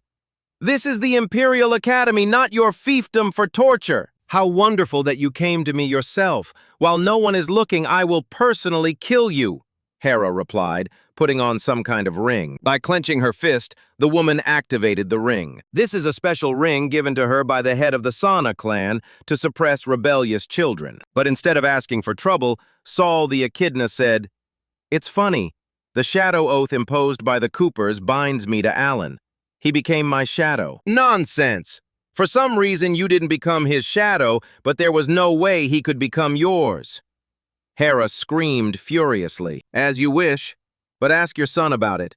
How is he feeling after the first round?" Saul added, after which Hera removed the seal from Lisa. "Even if what you say is true, don't think you can take her back. You see, she will forever remain a prisoner of the Sana clan, and my prisoner," Hera whispered, lifting Lisa by the hair. After these words, our hero was enveloped in rage, and the bloody demon began to break out again. But then Adele intervened, stopping Saul and casting some kind of spell on Lisa. Thanks to this, Lisa was able to regain consciousness for a short time, and the guy took advantage of this moment. He wanted her to participate in the tournament and stay at the academy and be close to William. Few people know this, but the Sana clan's dark magic has one drawback. A person can escape their shackles if they can become human again. Feeling her control weakening, Hera tried to tighten the shackles and rein Lisa in, but it didn't help her. Lisa became human again, regained her feelings. But the most interesting thing is that her abilities remained unchanged. Having escaped from captivity and thrown Hera aside, the girl ran out of the basement. But after San's curse, she had practically no strength left. And just as she was about to lose consciousness, her body collapsed right into William's arms. "You idiots! She's still the property of the Sana clan!" Hera screamed desperately. At that moment, Director Owen and Professor Oliver entered the basement. "She's no one's property. She's a participant in the tournament," Owen said angrily. "That's for now. After the tournament is over, everything will go back to how it was," Hera replied sarcastically. "Is the Sana clan ready to quarrel with the Cooper family if Lisa becomes my student?" the director added in a calm voice. "You understand that nothing will be decided now." The woman silently got up and left. It's interesting that the director came here at William's request, which means the guy also became attached to Lisa. In any case, now we need to make sure that she can come to her senses. "Professor Oliver, thank you. Thanks to you, we found out about this dungeon and saved her," Saul whispered quietly, approaching the man. "I'm glad I could help. But the director has already announced that Lisa will not participate in the tournament due to her background. But that's not the main problem. Gloria, she lost her duel to the mysterious knight in just a few seconds. He used techniques even I couldn't recognize, Oliver said thoughtfully. Meanwhile, in the arena, the second stage of the second round has already begun. In the first duel, Salu will face Luna. On Sanders' orders, Moran began the countdown. And to their disappointment, our hero arrived on time, riding on his dragon. Having descended into the arena, the guy apologized to the girl for his lateness, but she didn't care. As soon as Saul's foot touched the arena, she immediately opened fire with her crossbow and quietly released poisonous vines, just like in the duel with William. However, our hero was ready for this, so he immediately ordered his dragon to incinerate all the plants and the girl along with them. The wild flames burned part of the girl's clothes and threw her outside the arena. That was the end of their duel, after which Prince Sanders forbade the use of magical beasts. The next duel is Adele versus the mysterious knight. Before starting, the girl's teacher gave her some advice. Hearing this advice, Saul intervened and asked that the girl surrender as soon as she felt danger. After all, her opponent is a mysterious stranger who defeated Gloria in a matter of seconds. But the strangest thing is that our hero had never heard of him in her past life. As soon as the duel began, Adele immediately went on the attack, unleashing 3 powerful attack spells on her opponent at once. And despite this, the knight just stood there. And he did this to show that ordinary magic does not work on him. Observing his actions, Saul noticed that he did not reflect Adele's spell, but absorbed it. But the worst thing is that this stranger can not only absorb magic, but also use it for attacks. In short, Adele suffered the same fate as Luna. She simply flew out of the arena. And here it is, finally, the last and most important fight in this tournament. Saul against the unknown knight. The winner will become the new head of the Imperial Academy. Whether commoner or aristocrat, all students will obey only him during their studies. Considering the previous fights, I'm sure we're in for a fascinating show. After all, this is the mysterious knight, the most powerful opponent Saul has ever faced. Realizing that there was absolutely no point in holding back, our hero immediately joined the Cooper family's 4th fencing technique and activated blood magic. With the very first blow, Saul managed to manifest the stranger's protective barrier. Although calling it a barrier would be incorrect. It's a weapon that absorbs and amplifies magic while protecting its wielder. And you are strong. Since you were able to show it, I will give you advice. Don't waste your strength. You don't have a chance anyway, the knight said, getting into a fighting stance. Immediately after these words, a powerful tornado formed under Saul's feet, preventing him from moving. In response to which, our hero simply snapped his fingers, and all of the guy's equipment simply turned into a sea of blood. Following this, Saul activated Blood Float. This technique creates an area in which the blood swordsman's strength and speed are doubled. Thus, our hero wanted to increase his power indicators in order to break through the opponent's absolute defense. And although his attacks really became much stronger and faster, this did not affect the knight in any way. He still stood rooted to the spot. At some point, Saul became genuinely interested in how much blood magic this guy could absorb. At some point, the knight said, "You are a madman, and I like it. You are worthy of becoming my opponent." And after these words, he finally removed his barrier and began to act actively. And that was his biggest mistake. Feeling the barrier disappear, Saul whispered with wild eyes, "That's it." And at that very second, the knight felt a terrible pain, as if all his blood was boiling. Trying to somehow defend himself, he erected his barrier again. But it was too late. While the knight was fighting off attacks from above, Saul had already laid a trap under his feet, due to which his barrier weakened significantly, and our hero was finally able to break through it. But that's not the end. Grabbing Perseus's sword with his bare hand, the knight said, "You're the first one to put a sword to my throat. That means we can fight you at full strength," the guy added, activating his angel wings. The angel wings are an S-class weapon with multifunctional properties. A treasure of the Imperial Auction House, worth as much as an entire city. Depending on the owner's needs, they can act as a shield or a weapon. Overall, they're incredibly dangerous. But Saul also had something to counter them with.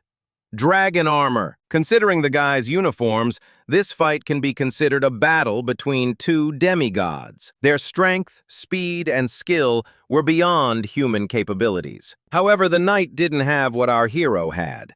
I'm talking about an incredibly vast amount of combat experience from his past life. From the outside, their duel looked like a battle between an angel and a demon. The slightest mistake could lead to fatal results. While everyone was trying to figure out the knight's identity, Chris had already figured out who he was. He was his former student, and this fact added drama to their duel. By the way, Sanders also knew this guy and had already ordered his people to kill him. At some point, the nameless knight stepped back and asked excitedly, "Your swordsmanship is not inferior to mine. You become stronger with every second. Why? You see, people like me are very different from people like you.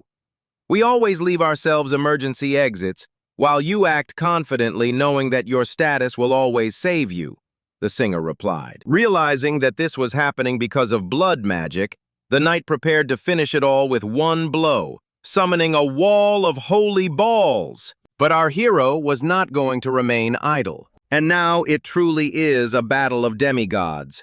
The forces of darkness against the forces of light. The city of holy swords destroyed the blood demon, almost killing Saul. And at a moment when it seemed our hero didn't have the slightest chance, he pulled out another trump card from his sleeve in the form of bloody prison. Being greatly weakened, the knight fell into this trap. It's useless. The more you resist, the tighter the blood prison squeezes you, the soul shouted. But then the knight took out another legendary artifact, the hand of a necromancer, which is capable of suppressing any living creature, which is why the bloody prison quickly turned into a useless pile of stones. As you can see, I know a little about blood magic, so you can't defeat me, the knight said without permission. And at that moment, our hero felt incredible danger. Only it didn't come from the knight, but from outside, and his instincts were right. A moment later, elite assassins of the royal family appeared in the arena. Saul was surprised by the scale of the conspiracy afoot at the Imperial Academy. He also realized that the person behind it and the man in front of him were no ordinary people. Our hero helped the knight escape from the attack of the assassins, which caused his mask to fly off. And then a deathly silence fell over the arena. For this nameless knight was Leonard Richard, the crown prince, the king's eldest son. In his past life, Saul had heard that the eldest prince was beloved by the warriors. He always led the way, suppressing rebels, but alas, he died too early. And now he understood why. Because of constant assassination attempts. Using the hand of a necromancer, Leonard quickly finished off several assassins. And despite this, the killers were coming from all sides. And then the principal pulled out his last trump card, the Imperial Arsenal. But then our hero's demonic dragon intervened, incinerating all the assassins in the arena. In this way, he wanted to enlist Leonardo's support and show all his enemies what he was capable of. And then he entered Azura mode. It was in this state that the first heads of the Cooper family killed all of their warriors. In this mode, the blood literally boils in the veins, covering the swordsman's body with red steam while giving him unlimited strength. After which, real hell began in the arena. With every second, there were more and more killers, and they all turned into corpses as soon as they entered the arena.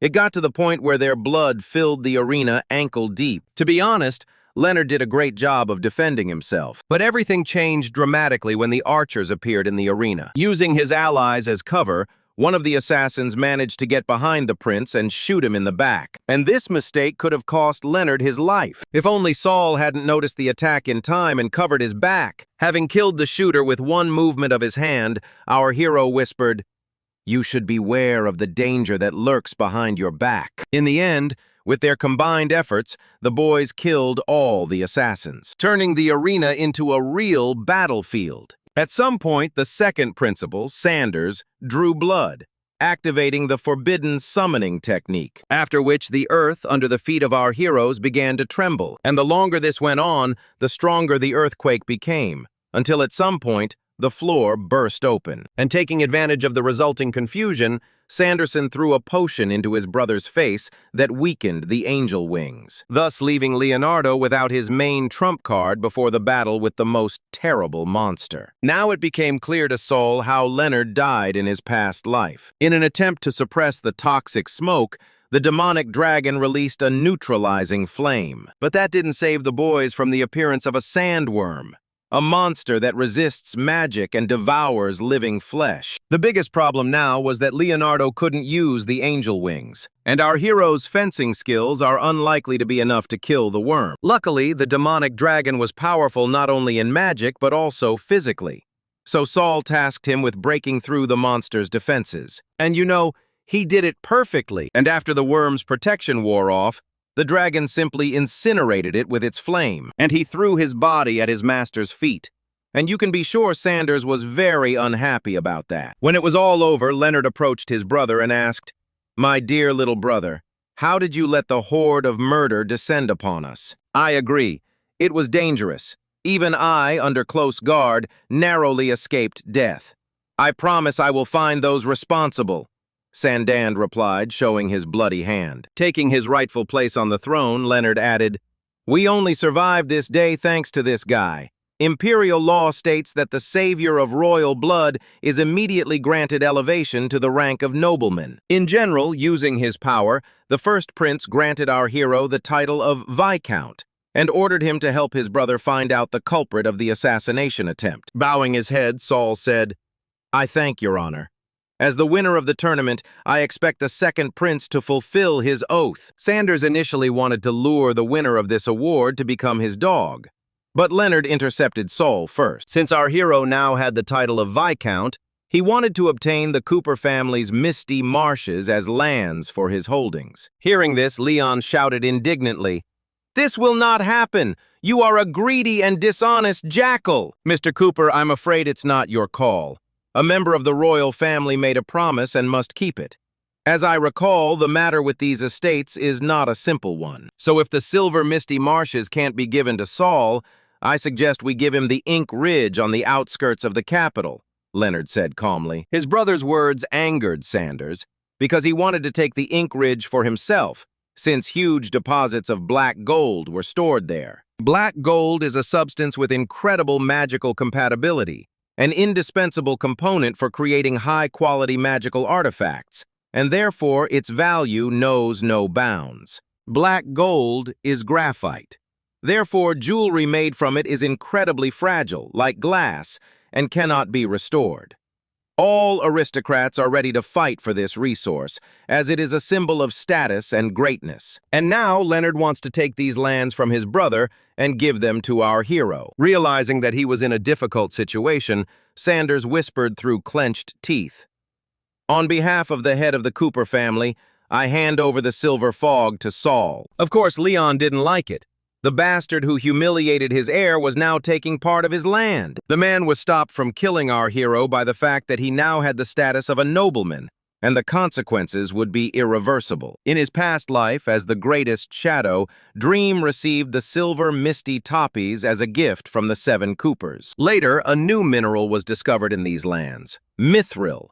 As a source of a material more valuable than black gold, the silver mists and taupes once again returned to the full control of the Cooper family. Despite the second prince's words, Leon Cooper agreed to give up part of the family lands only if the Dream held against him for 4 hours. And frankly speaking, this is a big problem since Leon has the Wrath of the Great Ridge. This power is somewhat similar to a blood demon, except it doesn't drive you crazy. It simply strengthens its owner.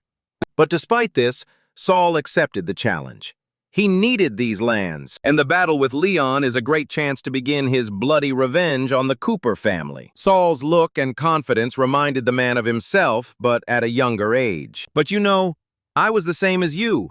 Blood magic won't help you. Without the relic of the first blood swordsman, no blood swordsman will last even 10 years. You are doomed!" Leon shouted, laughing. "Oh, Mr. Cooper, is this the relic you're talking about?" Leonard said with a smile, taking out the demon blade shackles from his storage. 4 hours later, our hero became the rightful master of the silver foggy swamps. And as a reward for this, the eldest prince handed him those very same shackles of the demonic blade. Having thanked Leonardo for such a generous gift, our hero promised that within a month, a sign with his name would appear over his new possessions. Since the Academy is currently investigating the assassination attempt on the prince, and leaving the Academy is impossible, our hero decided to conduct a short training session with Professor Oliver, when suddenly they came across an interesting picture.